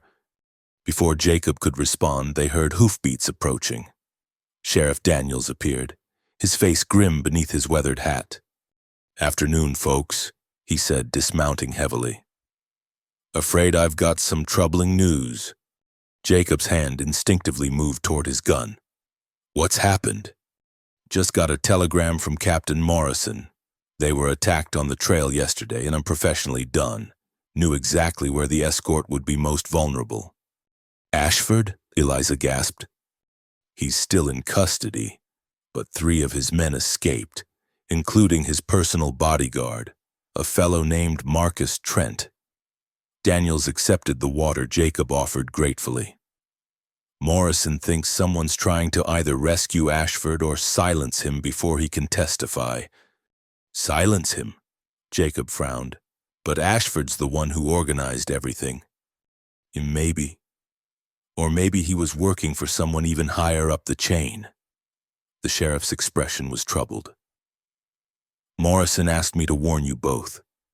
If they're desperate enough to attack a military escort, they might come after witnesses," Jacob finished. "Eliza, maybe you should go stay with your aunt in San Francisco until—" "Absolutely not," she interrupted firmly. "We've been through this, Jacob. I'm not running, and I'm not hiding. We faced this together, remember?" Daniel smiled slightly. "Figured you'd say that, Miss Moore. That's why I brought these." He produced a pair of deputy badges from his pocket. "Consider yourselves temporarily deputized. Gives you legal authority to defend yourselves and each other." As Jacob pinned on the badge, Midnight suddenly raised his head, nostrils flaring.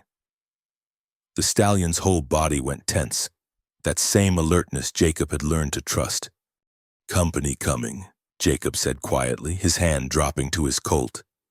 They heard them before they saw them, 3 riders approaching from the east, moving at an easy pace. Too easy, Jacob thought. Men with honest business didn't ride that casual when approaching a burned-out ranch. The riders stopped just outside comfortable shooting distance. The one in the center touched his hat politely. "Mr. Harlow? Miss Moore? My name is Marcus Trent. I believe you've heard of me." Trent didn't look like a typical gunman, tall and lean with prematurely silver hair and an educated way of speaking. He seemed more professor than killer. But his eyes gave him away, cold and flat as a snake's. "State your business and move on," Daniels called out, his rifle ready. "My business is with Mr. Harlow and his fiancée," Trent replied calmly.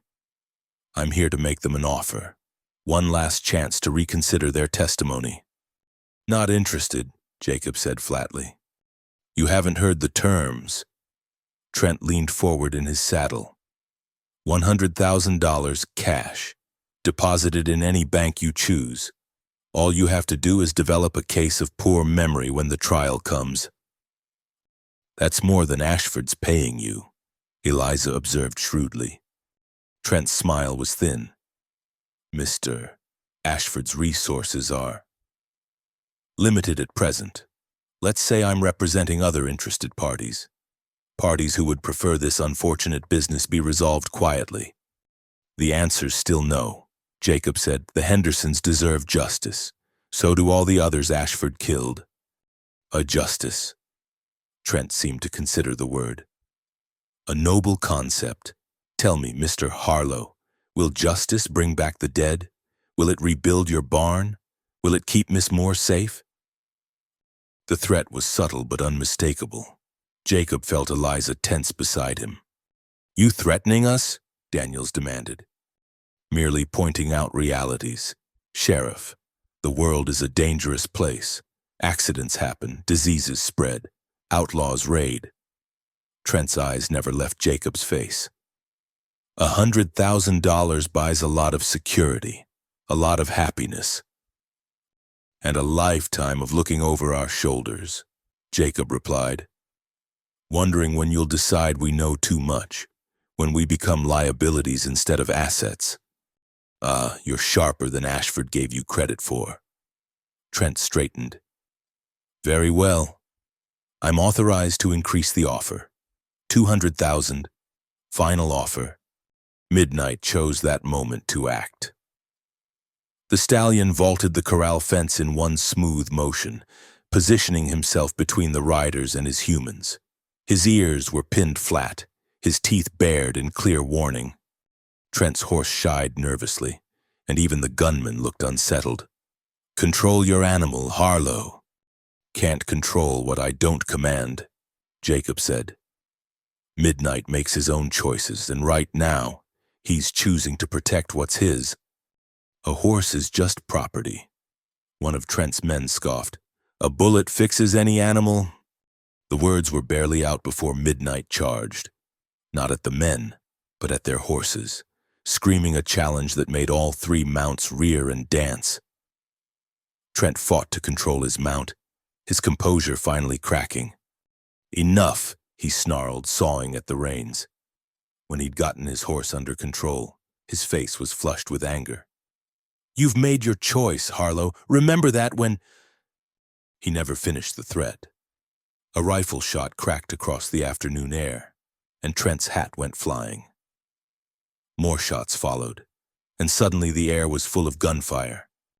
"Take cover," Daniel shouted, though Jacob was already moving, pulling Eliza behind a pile of salvaged timber, but the shots weren't aimed at them. Jacob peered out to see riders approaching from multiple directions. Townspeople, ranchers, neighbors. Tom Weatherby was there with his sons, the Jeffersons, even Mrs. Patterson's husband with his old buffalo rifle. "Thought you might need some help. Sheriff," Weatherby called out cheerfully, his rifle trained on Trent's men. Word spreads fast when strangers come calling. Trent and his men were surrounded, outnumbered 5-1. The gunman's face was a mask of cold fury as he realized he'd walked into a trap of his own. "This isn't over," he said, his voice carrying despite the distance. "You can't guard them forever, and Ashford has friends you can't imagine. Powerful friends who'll abandon him the second he becomes a liability," a new voice interrupted. Everyone turned to see a woman riding up the main road. She was elegantly dressed, sitting side saddle on a beautiful gray mare, looking completely out of place in the rough surroundings. But there was steel in her bearing and ice in her blue eyes. Mrs. Ashford, Trent said, clearly shocked. What are you doing here? Cleaning up my husband's mess as usual, she replied crisply. Stand down, Mr. Trent. Your services are no longer required. But Mr. Ashford said, my husband says many things, few of them wise. She turned those cold eyes on Jacob and Eliza. Mr. Harlow, Miss Moore, I apologize for my husband's actions, and for Mr. Trent's crude threats. Ma'am, Jacob said cautiously, not lowering his gun, I've come to make you a different sort of offer. Mrs. Ashford continued, not a bribe, a bargain. I want my husband to face justice for what he's done, in exchange for your testimony ensuring his conviction. I'll provide additional evidence, records he thought well hidden, names of other conspirators, everything you need to clean out this corruption root and branch. Why? Eliza asked, studying the older woman intently. Because Cornelius has embarrassed me for the last time, because his greed has tainted our family name, and because... Her composure cracked slightly. Because I have children, Mr. Harlow, 3 sons who deserve better than a father who murders families for profit, who deserve a chance to make their own names without his shadow. You're betraying him, Trent said, disbelief in his voice. He betrayed himself the moment he ordered the Henderson boys killed. Mrs. Ashford replied sharply. I've looked the other way for years, told myself his business dealings weren't my concern. But children? No. That crosses a line even I won't ignore. She reached into her saddlebag and produced a thick envelope. Everything's in here. Bank accounts, correspondence, names of bribed officials. Mr. Trent, I suggest you and your men leave, now. The authorities will be very interested in your whereabouts once they read these documents. Trent's face cycled through several emotions before settling on cold pragmatism. This isn't finished, he said, but the threat was hollow now. He and his men wheeled their horses and rode off, not quite fleeing but not lingering either, as the townspeople closed ranks, ensuring the gunmen were truly leaving. Mrs. Ashford dismounted and approached Jacob and Eliza. Up close, they could see the strain in her face, the weight of her decision. I know you have no reason to trust me, she said quietly. But I swear on my children's lives, I want to see justice done. Cornelius, he wasn't always like this. Or perhaps he was, and I was simply too blind to see it. Eliza stepped forward, woman to woman. It's not easy, is it? Choosing truth over family? No, Mrs. Ashford admitted. It's the hardest thing I've ever done. But when I think of those boys, the Henderson children... She stopped, composing herself. Will you accept my help? Jacob looked at Eliza, who nodded slightly. We'll need to verify the documents, he said, and Sheriff Daniels will want to question you. Of course. She handed over the envelope. There's one more thing. Page 12. A deed Cornelius didn't know I knew about. It's for a horse ranch in Montana. Legally mine, not his. I'd like to offer it to you both as a wedding gift. Call it restitution. We can't accept that, Jacob protested. You can and you will, Mrs. Ashford said firmly. Consider it an investment. I have a feeling any ranch you two run will prosper, especially with that remarkable horse of yours. As if understanding he was being discussed. Midnight trotted over, surprisingly gentle as he approached Mrs. Ashford. She extended a gloved hand tentatively, and he allowed her to stroke his neck. Extraordinary, she murmured. In all my years around horses, I've never seen one with such presence. He's special, Jacob agreed, pride warming his voice. More than special, Mrs. Ashford said thoughtfully. If I didn't know better, I'd say he understood every word we've spoken. She looked at Jacob with those sharp blue eyes. Take care of him, Mr. Harlow. Animals like that come along once in a lifetime. As she prepared to leave, Eliza called out, What will you do now? Mrs. Ashford mounted her gray mare with practiced grace. Return to San Francisco. File for divorce. Raise my sons to be better men than their father. And perhaps... A small smile touched her lips. Perhaps finally live my own life instead of in his shadow. She rode away with the same dignity she'd arrived with, leaving behind a crowd of stunned onlookers and an envelope that would help bring down one of the most powerful men in California. Well, Sheriff Daniels said after a long moment, this has been an interesting day. That's one way to put it. Jacob agreed. He opened the envelope, scanning the contents. His eyes widened at what he found. She wasn't exaggerating. There's enough here to put away half the railroad's board of directors, and a deed to a ranch in Montana, Eliza added, reading over his shoulder.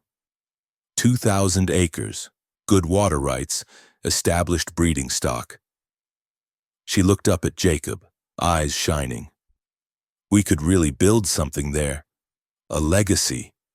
Jacob pulled her close, mindful of her healing wound. Around them, their neighbors were already discussing plans to help them move, to establish them in their new home. The community that had rallied to protect them would help them start fresh. Midnight nuzzled between them, demanding attention. Jacob laughed, rubbing the stallion's nose. You too, boy. Plenty of room to run in Montana. Mares to court, foals to train. The horse snorted, seeming pleased with the prospect. As the sun began to set, painting the sky in shades of gold and crimson, Jacob felt a sense of completion. They'd faced down outlaws and corruption, survived bullets and betrayal, and emerged not just intact but stronger. The testimony he and Eliza would give in Denver would help clean out a network of corruption that had claimed too many innocent lives. But more than that, they'd found something worth fighting for. Each other, their community, and a future bright with possibility. And at the center of it all stood Midnight, the remarkable horse whose instincts and courage had saved them time and again. I still don't understand it, Tom Weatherby said, eyeing Midnight with respectful wariness. How does a horse know things like that? How does he always know when trouble's coming? Jacob exchanged glances with Eliza, then shrugged. Don't know that it matters how he knows. What matters is that he does. And he's never been wrong. Never seen anything like it, Weatherby agreed. That horse acts almost human sometimes. Midnight turned his head to regard Weatherby with what could only be described as an amused expression, then went back to grazing, apparently done with the conversation. As the crowd began to disperse, heading home to spread the word about Mrs. Ashford's visit and the promise of justice to come. Jacob and Eliza stood together in the ruins of the old life, planning their new one. No regrets? Eliza asked softly. None, Jacob assured her. You? Only that it took so long to find you. She smiled up at him. And Midnight, of course. Can't forget our matchmaker. The stallion's ears perked at his name, and he ambled over to stand beside them. Completing the picture, a man, a woman, and a horse silhouetted against the Montana sunset, ready for whatever adventures awaited them. 6 months later, the Montana sky stretched endless and blue above the Harlow Ranch. Jacob stood on the porch of their new home, watching Eliza work with a young colt in the corral. She moved with confident grace, her voice gentle but firm as she guided the animal through its paces. Marriage agreed with her. There was a glow to her skin and a contentment in her eyes that made Jacob's heart swell every time he looked at her. She's got the touch, observed Samuel Daniels from his rocking chair. The former sheriff had arrived the week before for an extended visit, claiming he wanted to see how they were settling in, but really just missing their company. That colt follows her like a puppy. She learned from the best, Jacob replied, nodding toward the far pasture where Midnight grazed with his small harem of mares. The stallion had taken to Montana like he'd been born to it, and the foals he'd sired were already showing signs of their father's extraordinary intelligence. Speaking of the best, Daniels continued, pulling out a telegram. Thought you'd want to see this. Came in yesterday from Denver. Jacob took the paper and read quickly. Cornelius Ashford had been convicted on all charges, sentenced to life in prison. His testimony, combined with Eliza's and the evidence Mrs. Ashford had provided, had brought down the entire conspiracy. 17 men in total were now behind bars, and the Western Pacific Railroad was under new, honest management. Justice, Jacob said quietly. The Hendersons can rest easier now. Amen to that, Daniels rocked slowly, enjoying the afternoon sun. You ever hear from Mrs. Ashford? She writes Eliza sometimes, moved to Boston with her boys, started over fresh, says her oldest is planning to study law, wants to be a prosecutor. Jacob smiled wryly. Seems fitting, somehow. A commotion from the corral drew their attention. The young colt had spooked at something, rearing and dancing sideways. Eliza stayed calm, speaking soothingly, but the animal's panic was escalating. Then Midnight acted. The stallion cleared the pasture fence in an easy leap and trotted into the corral. He positioned himself between Eliza and the frightened colt, nickering softly. Almost immediately, the younger horse began to calm, taking its cues from Midnight's steady presence. I'll be damned, Daniels muttered. He's teaching that colt how to behave. It was true. Midnight moved slowly around the young horse, occasionally nudging it with his nose, showing by example how to stand, how to respond to Eliza's commands. Within minutes, the colt was following Midnight's lead, calm and attentive. He does that with all of them, Jacob said, pride evident in his voice.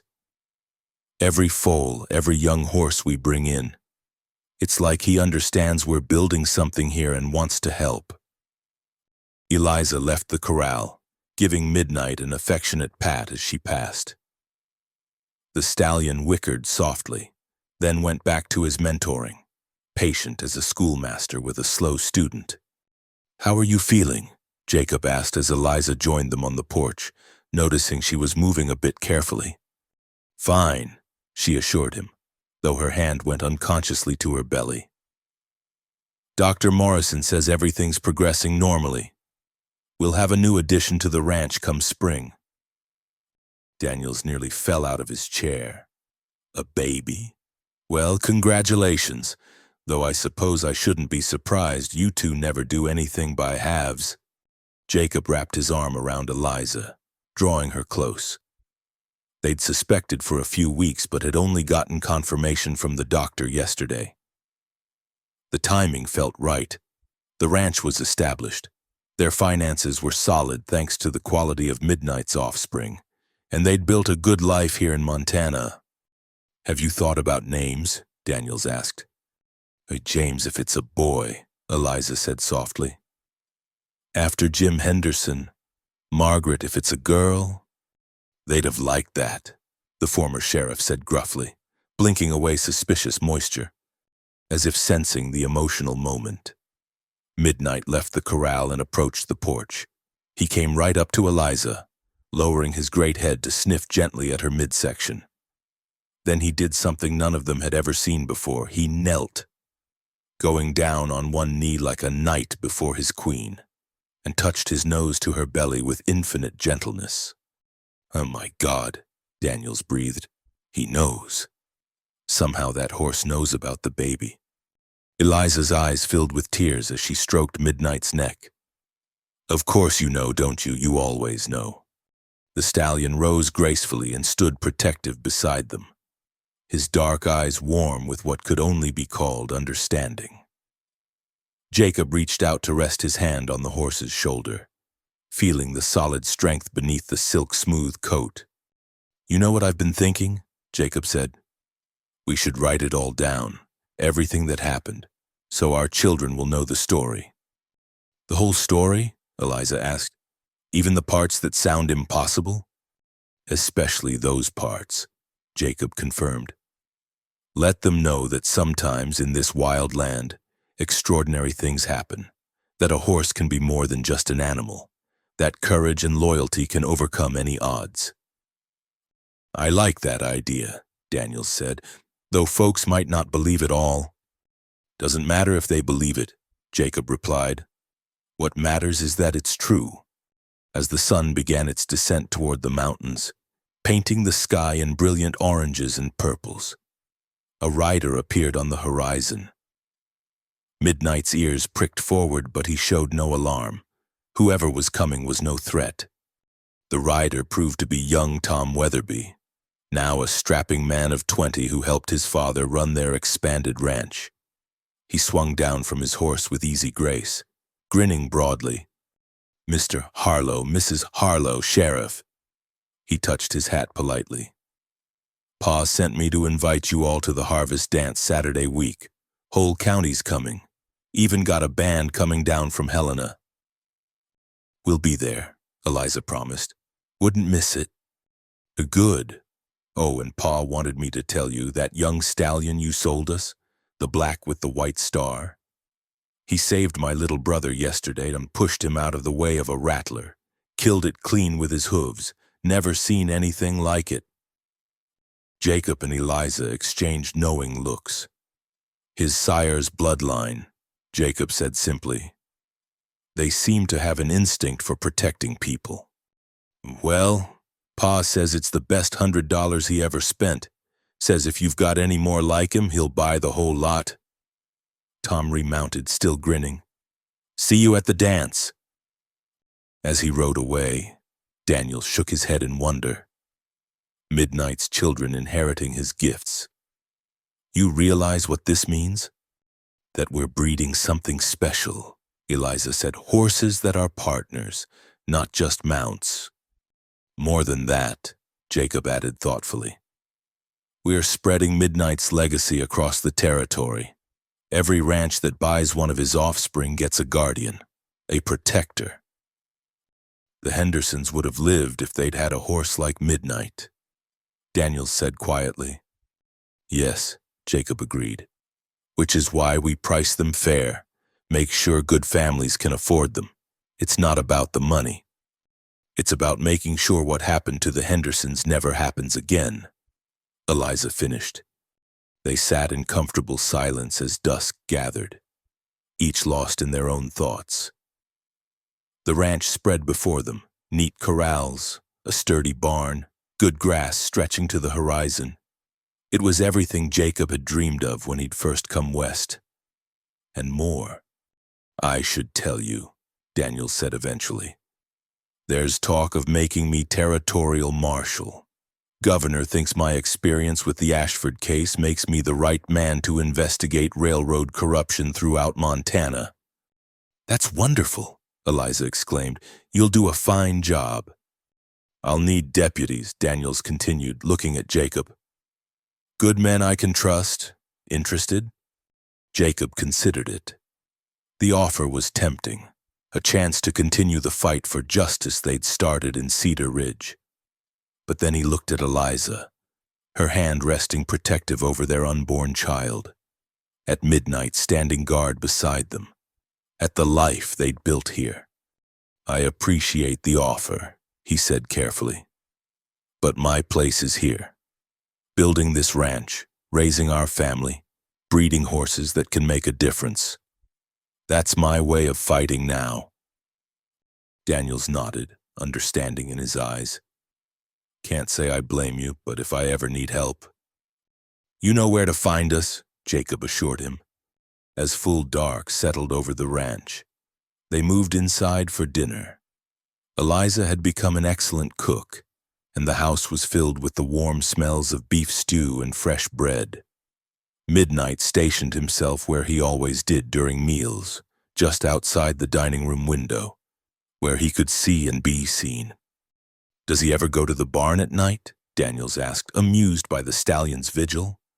"Only in the worst weather," Jacob replied. "Most nights he patrols and walks the perimeter of the property, checks on the other horses, keeps watch, like a soldier on sentry duty." "Exactly like that," Eliza agreed. "I sleep better knowing he's out there." After dinner, they sat by the fire, Daniels regaling them with news from Cedar Ridge and beyond. The town had prospered since the conspiracy's end, with honest railroad development bringing new business and opportunities. Edgar Moore's bank was thriving, and he'd hired 2 new clerks, both local boys he'd known since birth. "Oh, and you'll love this," Daniels added with a chuckle. "Remember Marcus Trent, Ashford's enforcer? The one who threatened us?" Jacob's voice hardened at the memory. "The very same. Well, he made the mistake of trying to rob a bank in Nevada, except the bank had hired a security guard who owned one of Midnight's colts. Horse apparently sensed something wrong and raised such a fuss that the whole town came running. Trent's in prison now, looking at 20 years. "Midnight's legacy at work," Eliza said with satisfaction. "Speaking of legacies," Jacob said, rising to retrieve something from his desk. "I've been working on that idea, writing it all down. Here's what I have so far." He handed Daniels a leather-bound journal, the first several pages filled with his careful handwriting. The former sheriff read aloud. "I ain't never seen my horse act like that before. That's what I kept thinking that morning when Midnight wouldn't go near the Cottonwood Grove. 15 years we'd been together, through storms and droughts, gunfights and stampedes. But I'd never seen him show fear like that." "It's good," Daniels said when he'd finished reading the opening section. "Real good. You've captured it just right. The feeling of that day, the way everything started. I want our children to understand," Jacob explained. "Not just what happened, but why it mattered. How one horse's courage saved lives and exposed a conspiracy that might have destroyed dozens of families. And how that horse brought 2 people together," Eliza added, taking her husband's hand. "Don't forget that part." Outside, Midnight whinnied softly, as if adding his own comment to the conversation. They all laughed, the sound warm and comfortable in the fire-lit room. Later, after Daniels had retired to the guest room and the house had settled for the night, Jacob and Eliza stood together on the porch, watching Midnight make his rounds. The stallion moved like a shadow through the moonlight, checking on each horse, pausing to listen to the night sounds, always vigilant. "Do you think he's happy here?" Eliza asked. "After all the excitement in Cedar Ridge, this must seem quiet." "I think he's exactly where he wants to be," Jacob replied. "Protecting what matters. Building something that will last." He pulled her closer. "Just like us." She leaned into his warmth, her hand finding his. "I love our life, Jacob. This ranch, our horses, the baby coming. It's more than I ever dreamed." Me too," he admitted. "Though I never could have imagined any of it that morning in the grove, when Midnight refused to move and I heard that false cry for help." "Everything changed," Eliza finished. "One moment, one choice, one incredible horse who knew danger when he sensed it." Midnight had completed his circuit and now stood in the yard, facing the house. In the moonlight, his black coat seemed to shimmer with an otherworldly quality.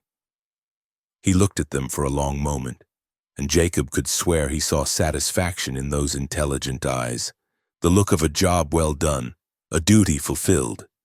Then the stallion tossed his magnificent head and trotted away, returning to his vigil. Whatever the night might bring, Midnight would be ready. He always was. "Come on," Jacob said, leading Eliza inside. "Tomorrow's a busy day. New horses coming in from the Jeffersons, and I want to check the north pasture fence. And I need to work with the yearlings," Eliza added, "plus preserve those late peaches if we want any for winter." Normal conversation, normal plans, the rhythm of ranch life that had become their new heartbeat. But as Jacob closed the door, he took one last look at Midnight, standing proud and tall in the Montana moonlight. Not normal at all, he thought with deep gratitude. Extraordinary. A horse unlike any other who'd saved their lives and given them a future filled with purpose and joy. In the journal he was writing, Jacob had tried to capture what made Midnight special. But some things, he'd realized, couldn't be fully explained with words. They could only be experienced, lived, treasured, and shared with the next generation, who would grow up knowing that sometimes in this vast and wild land, miracles came on four legs with dark eyes full of ancient wisdom. The story of the man, the woman, and the remarkable horse would be told around campfires and kitchen tables for generations to come. And always, it would begin the same way. "I ain't never seen my horse act like that before."